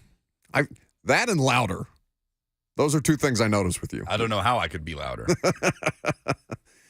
Mike Vrabel's at the podium. I'm sure he's going to be asked a variety of questions. We go live now to St. Thomas Sports Park.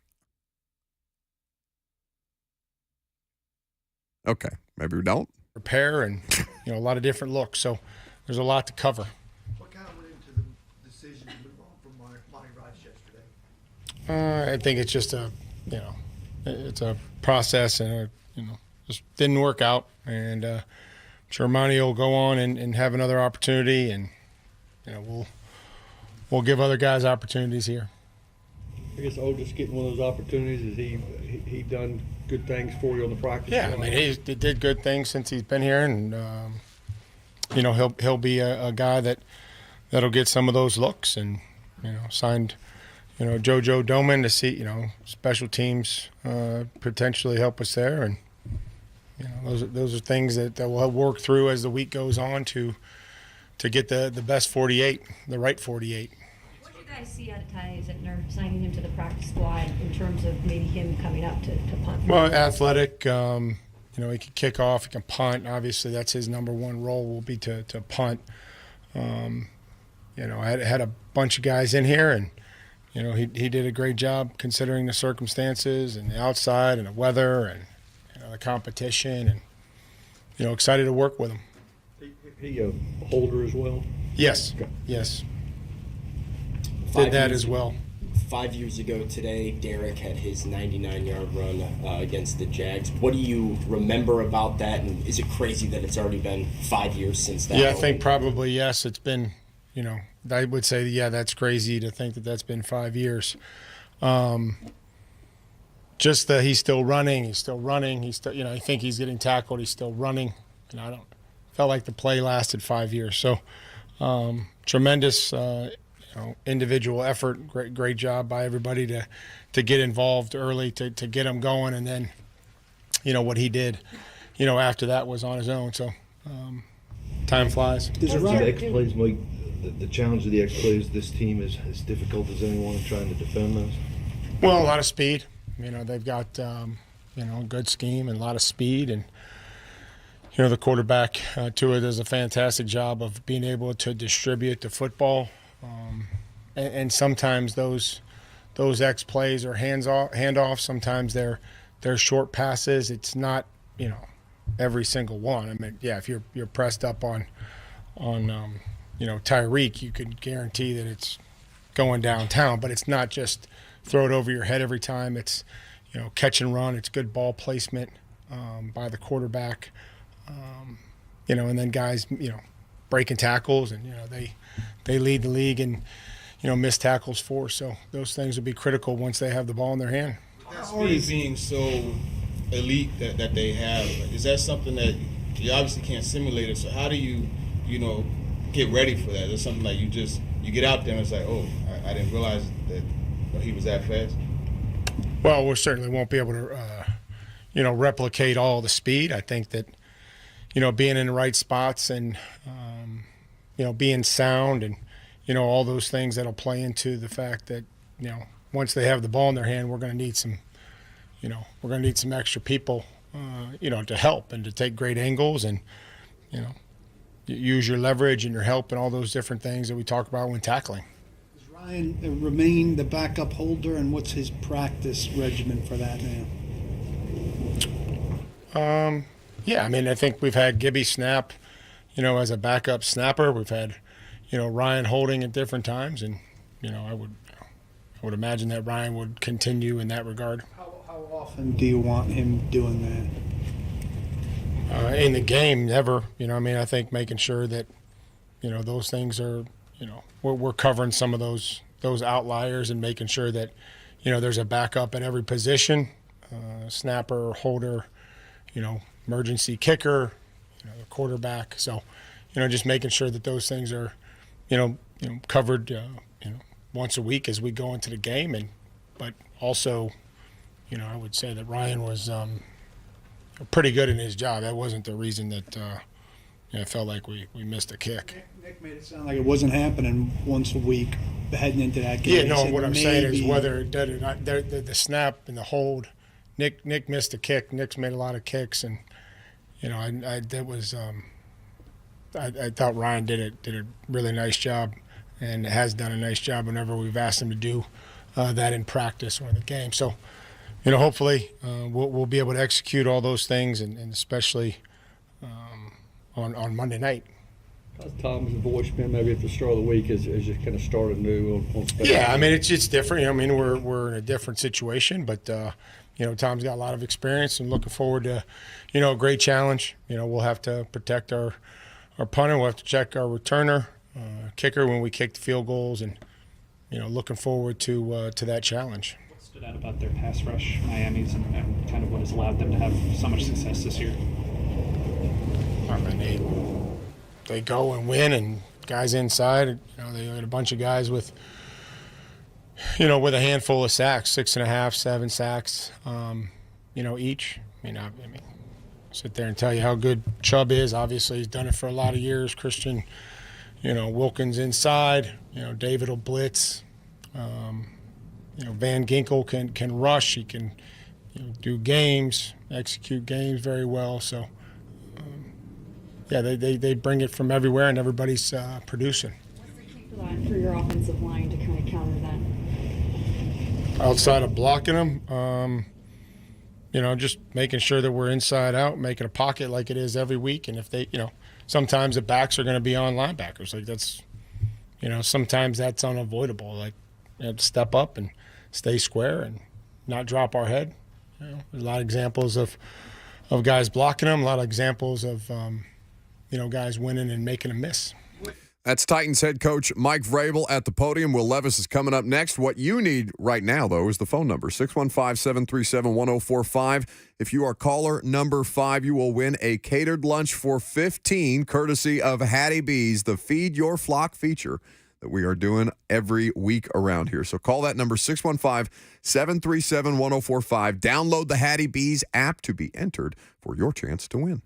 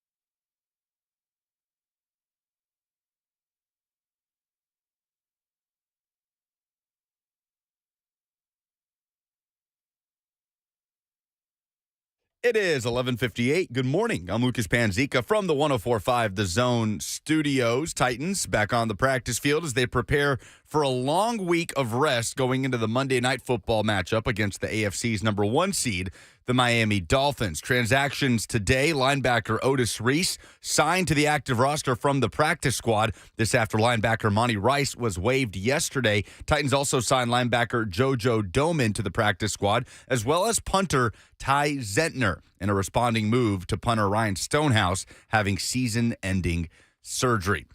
Coming up tonight, some college basketball. It's the Battle of the Boulevard. Belmont hosting Lipscomb at the Curb Center. That is a 7 p.m. tip-off. Vanderbilt hosting San Francisco at Memorial Gym. That is also a 7 p.m. tip. Titans quarterback Will Levis getting set to speak with the media coming up here in a few moments. You can hear it live right here on The Zone. For all your foundation repair and waterproofing needs, visit USSTN.com. Breaking news at once on your home for the Titans and Vols. This is 104.5 The Zone.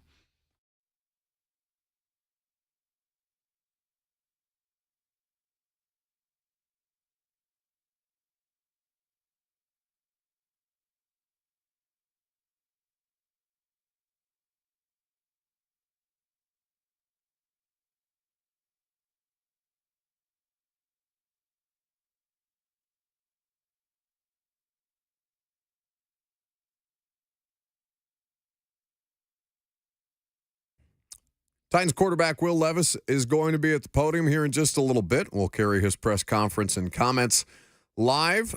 Titans are getting ready for a longer week of work. Miami is the opponent. They will travel Sunday. They will play on Monday night for the whole world to see. They'll do so without Jeff Simmons. But the thing that we did not hear from Mike Vrabel in the rest of his comments there is that they are still hearing encouraging news on Derrick Henry. And so Derrick Henry trending in the right direction, even if they will be without Jeff on the defensive side. He has said that Fulton, Simmons, Wiley, and Joe Jones will not practice today. Okay, so that's practice, not play. Right. Important to clarify. So Christian Fulton, I know they have had him sit out games when he has a hamstring injury. I know he has wanted to play in those games, but they have made decisions that they felt were in the best interest of the player. So we'll see if that's the case for Monday Night Football. Obviously, they have an extra day. I don't know how big a difference that makes, but they obviously have an extra day to see if they can't get him right. So Christian Fulton, TBD. Jeff Simmons for sure out. Wiley does not sound terribly optimistic either. Derrick Henry making progress. And then Joe Jones, the special teams linebacker, who matters now more than ever because they're running pretty thin at linebacker after they waived Monty Rice yesterday. Now, all that Mike Vrabel was asked about it was what kind of happened there, and his quote was basically, didn't work out here. I'm sure Monty will go on to have another opportunity elsewhere, and that was about the extent of that. No follow-ups about the tweets. Interesting. 615-737-1045. That's the number if you want to jump in. We'd be happy to have you. At any point, you will also have access to the FNM Bank chat. We talked a little bit about Tyreek Hill yesterday. We talked about MVP candidates yesterday and how much Tyreek and Tua deserve to be in the discussion. You can't really talk about one without the other. Tyreek is the more spectacular. He is on the verge of doing something historic. A 2,000-yard season in the NFL for a wide receiver would be crazy, even if they have expanded it to 17 games. So with that, the Titans and their inability to cover explosive plays or prevent explosive plays at critical times, it makes it seem like a bit of a matchup disadvantage, to put it diplomatically. Jeff not being involved puts even more strain on that secondary. Who is capable, or are they capable, of kind of masking things without Jeff Simmons in the lineup right now as a front, as a defensive front? Are they capable of kind of getting through a period of time without Jeff? Because it doesn't sound like it's just Monday Night Football that he's going to miss. The next home game for them will be the Houston Texans. It'll be the Oilers throwback game on the 18th. before they have another home game for Christmas Eve against the Seahawks. Anyway, Will Levis is speaking. We'll go to that live now. Much. I mean, I just think that, there were just certain throws that really I felt like could have changed the outcome of drives or games that I missed. And sure, I mean, maybe made better plays as a whole in comparison to some of the other games that I played, but I was just more so looking at the missed opportunities. So definitely still a little disappointed, but I think going back and watching it, Denver's as bad as you think it is, and felt like I, took a lot from it. Mike said that he wants you to push the ball down the field but not put it in harm's way. How do you feel like you've done with that so far versus maybe taking the safer throw that's there? I think I've done a good job with it. I mean, just continuing to assess what I feel like is appropriate for the situation. I think that's one of the improvements I've made, just even going back to even in college, just how I'm seeing it, assessing the risk, and making the throw when I feel like it's necessary or applicable to the situation. So definitely areas to improve in there and how I'm seeing everything, but I just need to keep, doing a good job of protecting the football. Would you say like your inaccuracy has been on the good side of the spectrum in that you haven't put the ball in a lot of danger and interceptions on? For sure. There? Yeah, I think I've been relatively pleased with how the balls came out of my hand, and I think just that knee-jerk reaction on Sunday was it just felt like, just wasn't coming out as accurately or wasn't putting it in the spots that I was wanting to as often as I wanted to, What's been the biggest challenge on third downs, you think, Will? Has it been pressure? Has it been, time? Has it been distance? What's been?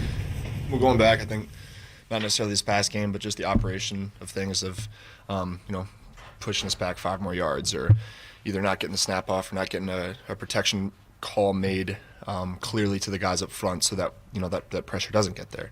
But going back to this game, it's a combination of everything, but it's hard to really put my finger on one specific thing. But I feel like we did well those first few games that I was playing in those third down situations, and we saw that lull in these last couple of weeks. So we're making that a point of emphasis this week to continue drives. And it's funny how it just feels like you have like a 15-play drive or a 3-and-out. And we're just trying to find ways to keep going on those 15-yard drive or 15-plays drives and keep giving our defense more the rest that they deserve. You talked before the Steelers game how you kind of circled that one on the calendar, Thursday night. You looking forward to this one too, a Monday night playing Miami? Is this one you kind of eyed as well? For sure, yeah. I knew that we only had a couple, primetime games for the season, and so knowing that we had, Monday Night Football in Miami, especially expecting them to be a solid team, which they definitely are, and we're excited to go out there and compete with them. But Monday Night Football doesn't get much better than that. I've been watching it since a kid, and being able to go out there on that stage for the first time is going to be really special. How has the process been for you as far as like staying away from playing hero ball and like trying to win the game? The whole game on one throw, kind of realizing the journey's over, living to see another play, all those cliches. How's that been?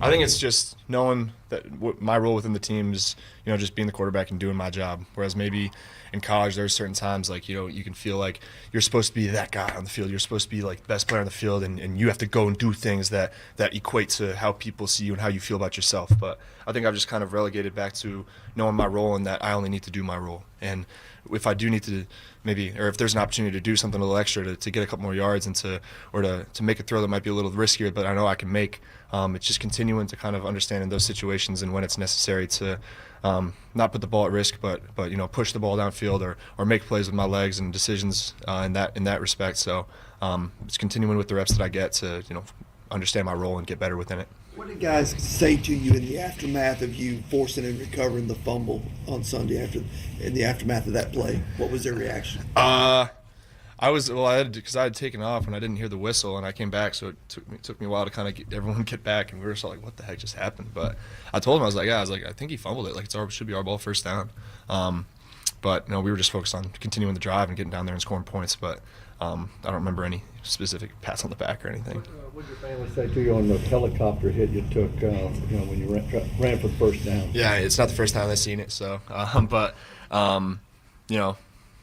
my mom definitely is worried about my safety out there sometimes. So, got to make sure that I'm continuing to protect myself and not putting myself in harm's way. Who are the people that kind of, when you get down in a critical yourself, who are the people that kind of lift you up, whether that's here in this building or outside these walls? Yeah, I definitely got to thank my coaches in here and coaches and players that have just been able to lift me up after either, games or drives or just even things in practice that have come up and been able to just bring me back to that neutral state that we got to stay. And I just got to thank my coaches especially for that, to be able to just be those people who understand how my mind ticks. And now that I've spent some months with them, they know kind of my personality and how I can react to certain things, and they've done a good job of understanding that and coaching me the right way.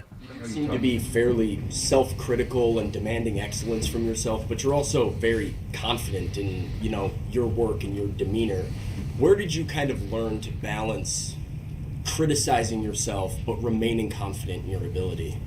I think it starts just with my upbringing with my family, and I'd say definitely my mom and dad, and then my grandfather, who's definitely just a big proponent in my life of instilling the values that I live by today, and just making me the fierce competitor that I am. I feel like, and keeping respect and even keeledness and calmness as a priority, while also having that fiery edge. And just it's going from being a young kid where that fiery edge kind of took the dominance in that respect, but getting older and even in the out and understanding kind of like what to take from each and how to go ahead and be the best leader and competitor that you can. I mean, touched on the conversation you had with DeAndre during the game last time, but as you look back at that, I wonder, any chance you think maybe could or should have been less demonstrative?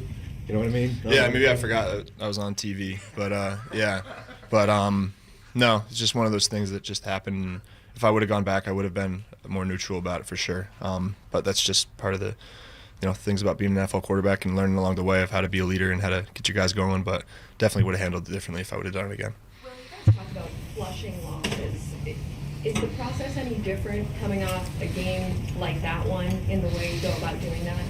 Yeah, I'd say it's tougher for sure. I mean, Coach spoke to just how tough these past couple of days were in the facility for him and the coaches for not having all the guys in here for all the time, and just when you come off a loss like that, how it just kind of festers for a little bit and it hurts. But I think if anything, it gives you more motivation to go and attack that next week, to give you that motivation to go out and get a win even more so. So even though it hurts for maybe that 24, 48 hours afterwards, we've turned the page and we're moving forward, and I feel like the energy and the focus that we've brought throughout these past couple days going into this week of work has been really good, and we're looking forward to get down to Miami to get a win. Dolphins pass rush, looking at the tape, what makes them so difficult? What stands out to you? Yeah. I mean, they're solid all throughout, and the coaches talked about previous teams that they've had down there. This is a different identity. We feel like, especially defensively, like they're coming after the ball. The mentality they play with is strong, is fast, is physical. Wishing Phillips a quick recovery, but having him and we're expecting Van Ginkel out there on the end too. We know that he's no slouch, and even though he's going to be the backup in that position, we know we got to be ready for him. And with Chubb on the other side, we got a lot to handle. So coaches have done a good job with the game plan and how we're going to be attacking them, and at all phases of their defense they got good players, so we got to make sure that we're in tune with it. Thank you guys. You weren't ready for the music. What are you doing back there? We're cooking something up. Food? Don't worry about it. That was Will Levis at the podium speaking about the challenge and the opportunity and the excitement for him of playing on national television for the first time. Monday Night Football. 615-737-1045 is the number if you want to jump in. I guess it is technically his first time on national TV. Well, yeah. When he started on Prime. He started in Atlanta, which was for sure not a nationally televised game. Prime is a nationally televised game. Sure. Nationally streamed game? Yes. Am I gonna have to start clarifying with that? It's hard enough for me to call Twitter X. I won't. I refuse. I mean, I don't know. It's like Shaq Leonard, Darius Leonard, and whatever you want it to be called at this point. Like I'm not standing on any kind of moral ground fighting for Twitter like I had any great love for Twitter. I think it's all stupid, and yet it still consumes a tremendous amount of my day. Terrible. Wheezy's in Bellevue up next. What's happening? Hello, Buck. I have a question about David Long. He was called a repeat offender with the soft tissue injuries when he was here, but he's not having any problems down in Miami. And Fulton was doing fine until he got 13 weeks into the way they're doing the training here. Do you think there's a trend to this, or how do you explain such a thing? David Long, let's see. How many games has David Long played this year for the Dolphins? He has participated in all 12. It is crazy. isn't it? AJ doesn't miss time in Philadelphia. Cunningham went down in Cunningham Philly. did go down. It was a different injury than, and again, the Cunningham elbow thing, like, I think his elbow was just like on a week-to-week basis hanging on by a thread, and they were just trying to get it through the season. But yeah, AJ has been healthy. AJ been healthy. And productive. And he's been record-setting, not productive. Yeah. The way that it was explained to me, okay, so like this, let's just take Philadelphia and the Titans. The way that it's been explained to me is that Philadelphia has a much higher level of investment than just about any other NFL franchise does in their recovery, basically. The way that they've gone about this. You remember how much fun people made of Chip Kelly for like player-specific protein shakes and stuff like that, and like how he was getting guys to rest and recover in their level of preparation so they could play at the speed and have the level of conditioning that he expected them to have to be able to run his offense. Now, the Chip Kelly thing didn't work, but a lot of that stuff is held over from Chip and now is everywhere in the league. Philadelphia was just more on the forefront of it, so they do have a higher level of investment in player maintenance and recovery than the average NFL team. Miami, I can't speak to. But it's not lost on me that guys who, Saffold was entirely healthy with the Buffalo Bills. Worth noting. Coming up next, we're going to get into something else that was worth noting. Teron Davenport wrote a great piece for ESPN.com about the relationship between Mike Vrabel and Rand Carthon. We're going to talk about some things that I noticed, some things that I got some pushback on coming up next.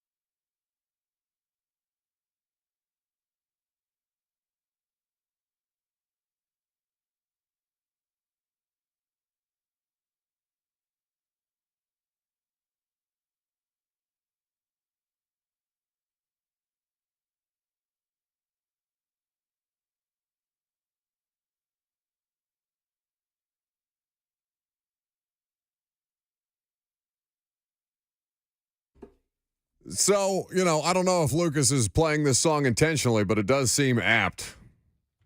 Do you know why? A lot of people been comfortable throwing shots at Titans general manager Rand Carthon this offseason. A lot of people that, some might describe as haters or detractors or doubters or just hateful in general. There's been a lot of reckless speculation around the relationship between the general manager and the head coach. There's been a lot of stuff that has been theorized about their situation without any actual fact-based reporting with examples to back some of the claims up. So what Teron Davenport, our friend and colleague at ESPN, set out to do is to just provide some clarity with an article that he wrote speaking to both Rand Carthon and Mike Vrabel about the situation and about kind of the highs and lows of what this season has been. He describes basically that neither of them, nobody on that team, envisioned the way that this thing has sunk so far, where the brief moment against the Falcons and discovery of potentially your next quarterback in Will Levis, or maybe not discovery, but I don't know, some kind of ratification of the move that you made to draft him and the way that you tried to pursue him even into the first round, where he ultimately fell to you 33rd overall. Still had to trade up to get him, but you understand the point. So this is what Mike Vrabel is quoted as saying. It's not easy, Vrabel said of he and Carthon working through the losses. We're just trying to get it right. I'm not sure that we haven't had a conflict or anything. We've got to disagree, and then you just try to figure it out, get it right, and do what's best for the team. There have also been the rumors, of course, of Mike, going back to the Patriots or trying to force his way to the Patriots, or the Patriots trying to hire him or trade for him, all these different things. Rumors about Mike Vrabel and the Patriots that won't go away, okay? He has been, he has been quoted as dismissing them.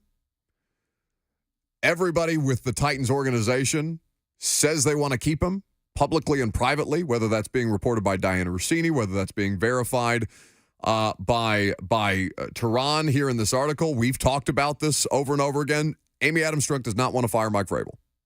Simple as that.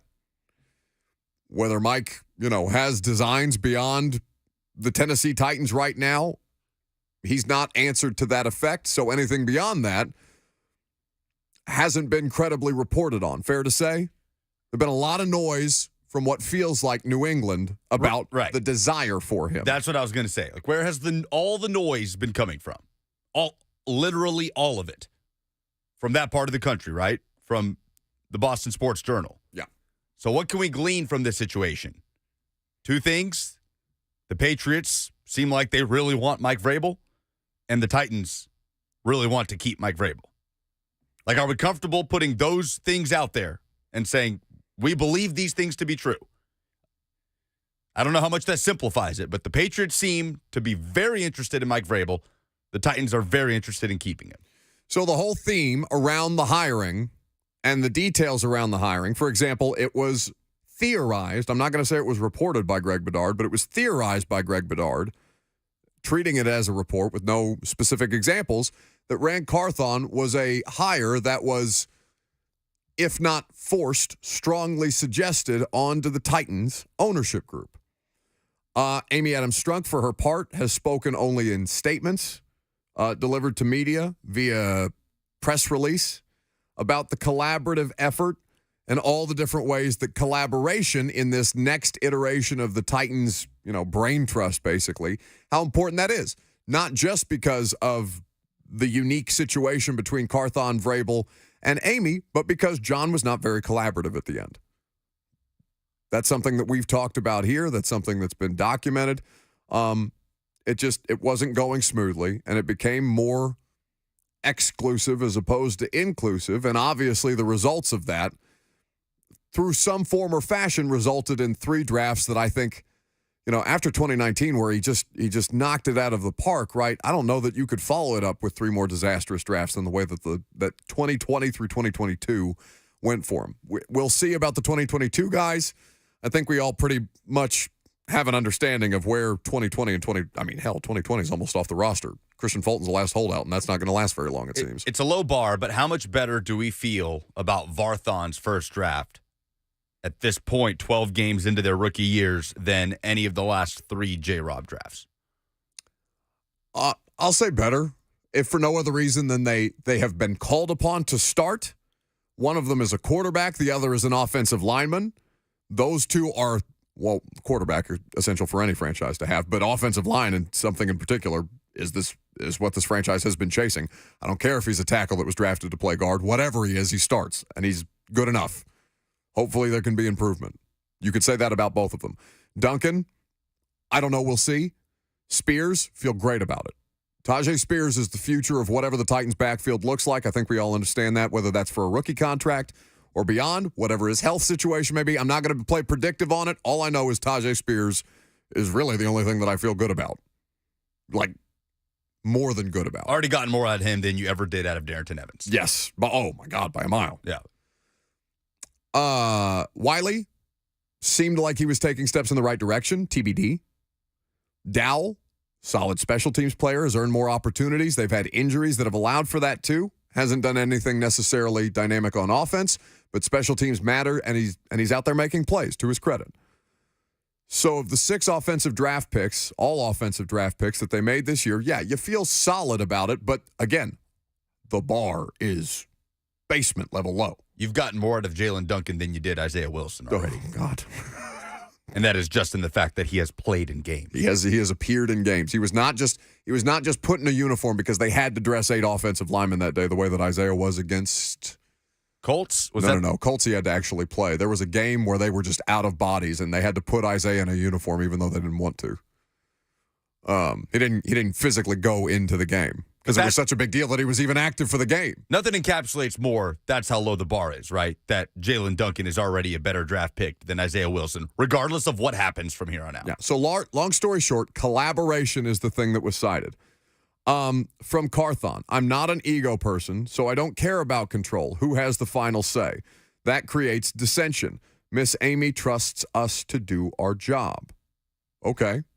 So that is inherently, lending itself to the theme that has been a continuation of everything that they've ever said, which is that Rand Carthon is here to work in conjunction, not for Mike Vrabel, but in conjunction with Mike Vrabel, as opposed to his own independent operation, which they can't operate independently of one another because of in any football organization.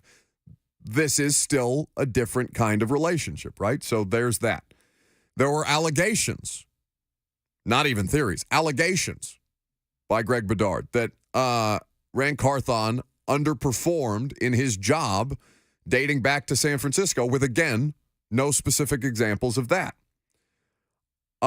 Having spent time helping construct the San Francisco 49ers roster as the director of pro personnel from 2017 to 2020, and then director of player personnel from 2021 to 2022, Carthon saw firsthand how general manager John Lynch and coach Kyle Shanahan worked together with their scouts.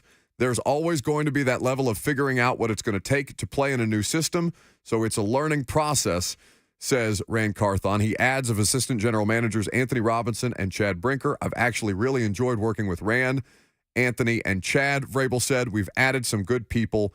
They've been from different places. So they're short, sweet, and to-the-point lines. It covers a lot of ground. It goes into stuff like Andre Dillard, for example, and how they kind of worked through that process. The Derrick Henry stuff around the trade deadline and things like that, and how it worked themselves out. And there's also some stuff about how they've gone about preparing their staff for the process. So here's what I'll say about this, okay? I did not reach out to anybody. I want to make sure that I clarify this. I didn't reach out to anybody about this specific article to provide further context. There were several people, some in the Titans organization and some close to the Titans organization, that reached out independently of one another, feeling that there was some stuff in here that didn't add up with how they viewed what's going on internally. Now, full disclosure, I texted Tehran and I said, hey, bud, I had some people reach out. It's not about it's not about the credibility of your reporting. It's about some of the responses that you were given in your reporting, and that's something that I want to clarify here. So I mentioned that graph about having spent time helping construct the San Francisco 49ers roster as the director of pro personnel from the time period that he was had. There's another paragraph here talking about the way that scouts learned exactly what Shanahan wanted resonated with Carthon. So the way the scouts learned exactly what Shanahan wanted resonated with Carthon. He wanted to bring that process to Tennessee, so he had coaches produce teaching tape using their terminology to get everyone on the same page. People within the organization said to me that they were not aware that these teach tapes existed for some. So there's some pushback here. Now, I want to make sure that I clarify this. There is no question that there are divisions within this organization, but I want to kind of parse that out a little bit because people go TMZ real quick, and I understand the knee-jerk reaction in that. Excuse me. There are people who are held over from John Robinson. There are people who would do anything in the world in that building for Mike Vrabel. And there's a lot of people who Rand Carthon is currently in the process and tasked with evaluating whether they're going to help this football team moving forward in the roles that they currently have.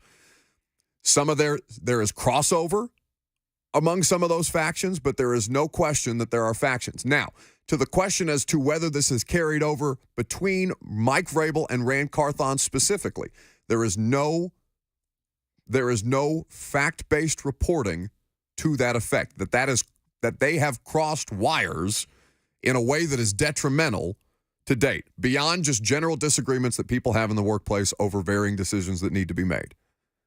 That there are other people beneath them who support things in different ways is the stuff that starts to bubble to the surface when you're 4-8 and people start pointing fingers about who is to blame most for what.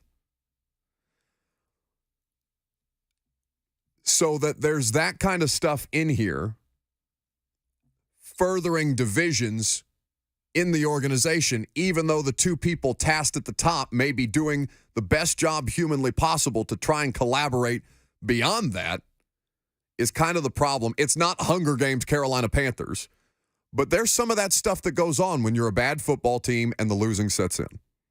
When the brightest glimmer of hope that you've had in a month of playing football is a 7-point win over the Carolina Panthers, who got their coach fired the next week. All that to say, it's complicated. And how we have no idea how good a job that the two of them are going to do. I will say that, I do think it's rare, and I would like probably tomorrow or maybe Friday to go through some examples of standing coaches who kind of survived a general manager change, like for a considerable period of time. You know what I'm saying? Where a head coach was in the existing job and a general manager was fired, another one brought in. How often did the combination of a standing head coach, an incumbent head coach, and a new general manager, how long did those situations last? It's not something that I've looked up yet. It's something that I'm fascinated to dig into after we wrap up probably the install today, later this afternoon. But there's just like the locker room stuff, right? Where there's players who are visibly and on social media frustrated about how their situation has been handled. Where there's smoke, there's usually some degree of fire. It's just how much further people want to fan the flames to make it more dramatic than it actually is. Other than people being disgruntled about being 4-8 and voicing their opinions publicly, privately, or otherwise. And in this case, Teron Davenport doing the right thing, which is to request time to sit down with General Manager Rand Carthon and Mike Vrabel to allow them the opportunity to respond to some of this stuff. And then, kind of like Rand said after the draft, pre-draft process, right? Or in the midst of the draft, roll the dice and play the board. Because that's kind of where they're at with everything. Not just football personnel, but everything. 615-737-1045 is the number. if you want to chime in, we'd be happy to have you. Fran Ego in the F&M Bank chat says they're frustrated because they suck. Sure. Listen, this stuff only happens to bad football teams. You can have this on good football teams and it be covered up because everything's right in the world when you win. There's plenty of dysfunctional good football teams. There's plenty of dysfunction that happens throughout the course of a season to good football teams. This just happens to be a bad football team, and some of the dysfunction is the stuff that people are now starting to dig into more than the football itself. How they weather that is going to say a lot about who Rand Carthon is, who the people that he's brought in around him, and who Mike Vrabel is as a result. And frankly, test the level of patience that Amy Adams Strunk as controlling owner has here. You know, we were making jokes earlier about Tepper and, giving a press conference where, and of course I'm paraphrasing when I say that he's just up there saying, of course I have patience. What do you mean I don't have patience? Oh, that's just, it's just a coincidence that I happen to fire all three coaches since I've took over the job here in 2018. And then I, in that same time had three interim coaches to kind of figure this thing out. And still haven't been able to figure out. And if anything, he's exacerbated how much worse they've gotten over that course of time. And all he thinks he's trying to do is help. So I think over the course of these next, 5 weeks remaining, 5 games remaining for the Titans, you're going to see that patience continually tested. Because as we've talked about, there's no signs that their roster is going to dramatically improve. Incremental stuff, baby step stuff, quarterback progression, good stuff from the rookies, that's all there to be seen. And Mike Vrabel mentions it from time to time that there are things that they like about what it is that they're doing. They just haven't been able to put it all together yet. And as they figure out how to put it all together, the question that nobody has the answer to right now is just how long their runway is. Because 5 weeks doesn't feel like a long time to test an ownership group's patience, but owners don't like being embarrassed. And Miami has a big opportunity for, you never know what's going to happen, but the vibes are bad and the opportunity for organizational embarrassment on Monday night has never felt more real in front of a nationally televised audience. So we'll see. 615-737-1045 is the number if you want to join the discussion. Last call for phone calls. We'll update some polls. I'm Buck Rising. It's 1045 The Zone.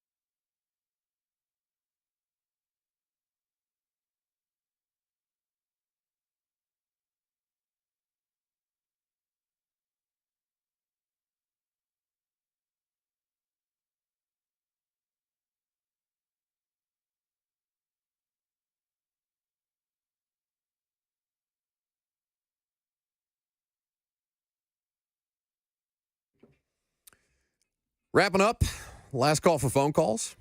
615-737-1045. Titans on the practice field right now, as a matter of fact. I think we're still waiting on what the rest of their practice week is going to look like exactly, because I think they're going to do stuff on Saturday, but I don't believe that's open to the media. Anyway, sounds like a normal Thursday and Friday. We'll keep you updated with the latest, and of course there will be practice reports later as to players' availability. I'm sure all eyes are on Derrick Henry and whether he will have the opportunity to play in Miami on Monday Night Football. David is in Brownsville. Hey, David. Hey, what's going on, Buck, man? Just enjoy the show. I listen to you every day. I wanted to touch on the whole Mike Vrabel and Rand Carthon deal. I mean, first of all, Rand's I think he's done a good job since he's been general manager. But isn't that kind of what you want? You know, people saying they're bumping heads or whatever, but don't you kind of need that with an organization to kind of pump the brakes on Mike Vrabel sometimes when he's, maybe trying to run something? But that's kind of what, maybe Amy was thinking when she hired Rand. Oh, no, absolutely. I mean, that's what you're looking for. You want people to push back on you want people. No, there should always be checks and balances. There should always be checks and balances, of course. And that's not necessarily what's being pushed back on. People who are willing to push back on some of the stuff out there about Rand Carthon are alleging that that's not really what his responsibility or role is, that it's being basically. There are people who feel comfortable questioning the legitimacy of him as the general manager in ways that are honestly confusing, because the guy just got here. But that they kind of leave themselves open to interpretation without defining roles necessarily, and that this organization has so many critical decisions that they need to make, they don't have to clarify anything. And if they get it right, it's not going to matter who makes the decision, right? But that there are so many decisions to be made, and we're coming off a situation where they just fired somebody in season on the coaching staff for the first time, and personnel has never been more in flux than it will be this coming off season. Cap space will be available, but that doesn't mean that they can afford to squander it. It's not just the draft picks that Robinson missed on. The amount of capital that in moments was just lit on fire, $21 million. They literally just set in a pile in front of Jadeveon Clowney and Vic Beasley and burned, Joker style, right? Just get the money because some people like to watch the world burn. What have they done with Andre Dillard? Set money on fire? Yeah. Oh, sure. And you'll have those. All I'm saying is the thing that makes the Rand Carthon, Mike Vrabel stuff so interesting to me is that people are so quick to do it. And that there are other motivations here beyond just trying to establish defined roles. That's the stuff that concerns me. And then also, the stuff that was alleged about the Titans having the hire kind of strongly suggested, if not more than suggested, to them, that was alleged by Greg Bedard. You're treading in some very, very dangerous territory when you don't provide any fact-based reporting to back something like that up, especially when you're dealing with diversity candidates like this or diversity hires. There are a lot of red flags around all this, basically. I just don't. My thing is, why are people so quick to kind of try and tear it apart? Anyway, polls, please. Down goes Frazier. Down goes Frazier. The polls have closed and the votes have been tallied. It's the segment where bias takes over and nuance goes to die. Now, here's your favorite Buck Rising Show correspondent, Lucas Pan. Make that poll Zika. Presented by Two Rivers Ford, who sells below MSRP on any non-specialty new Ford. What's the dumbest thing in sports this week? Hebi, Hebi, is the Twitter username. He says Brock Purdy being the MVP frontrunner is the dumbest thing in sports. Yeah, I'd agree with that. We talked about it yesterday. Who's more valuable, Christian McCaffrey or Brock Purdy? I mean, I think the vast majority of people would say McCaffrey. I think the right answer is McCaffrey, but at the end of the day, Am I gonna take? It's kind of like taking points off for Florida State for winning their football games despite the quarterback situation. Am I gonna take points off Brock Purdy just because he's doing what he's been asked to do? Yeah, Brock Purdy's a stud. He's a stud. Doesn't mean he's the most valuable player in football. I agree. Do you believe in the collaborative process that is happening between Mike Vrabel and Rand Carthon? 70% say yes. Are the only options yes or no? Yes. Am I well within my rights to say that I would like more? I would like a larger sample size. That one off season, his first off season, and a season that is a disaster is not enough for me to understand whether what they're doing or not is going to work. I mean, we went through basically every roster decision that was made by Varthon versus you keep trying to make it happen. Stop. It's happening. No, it's happening. Not even when you try to force it. So yeah, every Varthon decision has, as far as the draft is concerned, contributed. Which is where they need to be good, by the way. It's not they need to stop having to overpay for their mistakes, which is some of the free agency stuff. Yeah, which is what happened with Dillard. Oh, for sure. Like the Dillard miss makes the Varthon offseason look much, much, much worse. Yes. If they had just found a competent solution at left tackle, I feel like people would be singing a different tune about it. Agreed. Okay. How many J-Rob picks since 2020 would you consider hits? Bucket says, did Panda have a banger that we just missed?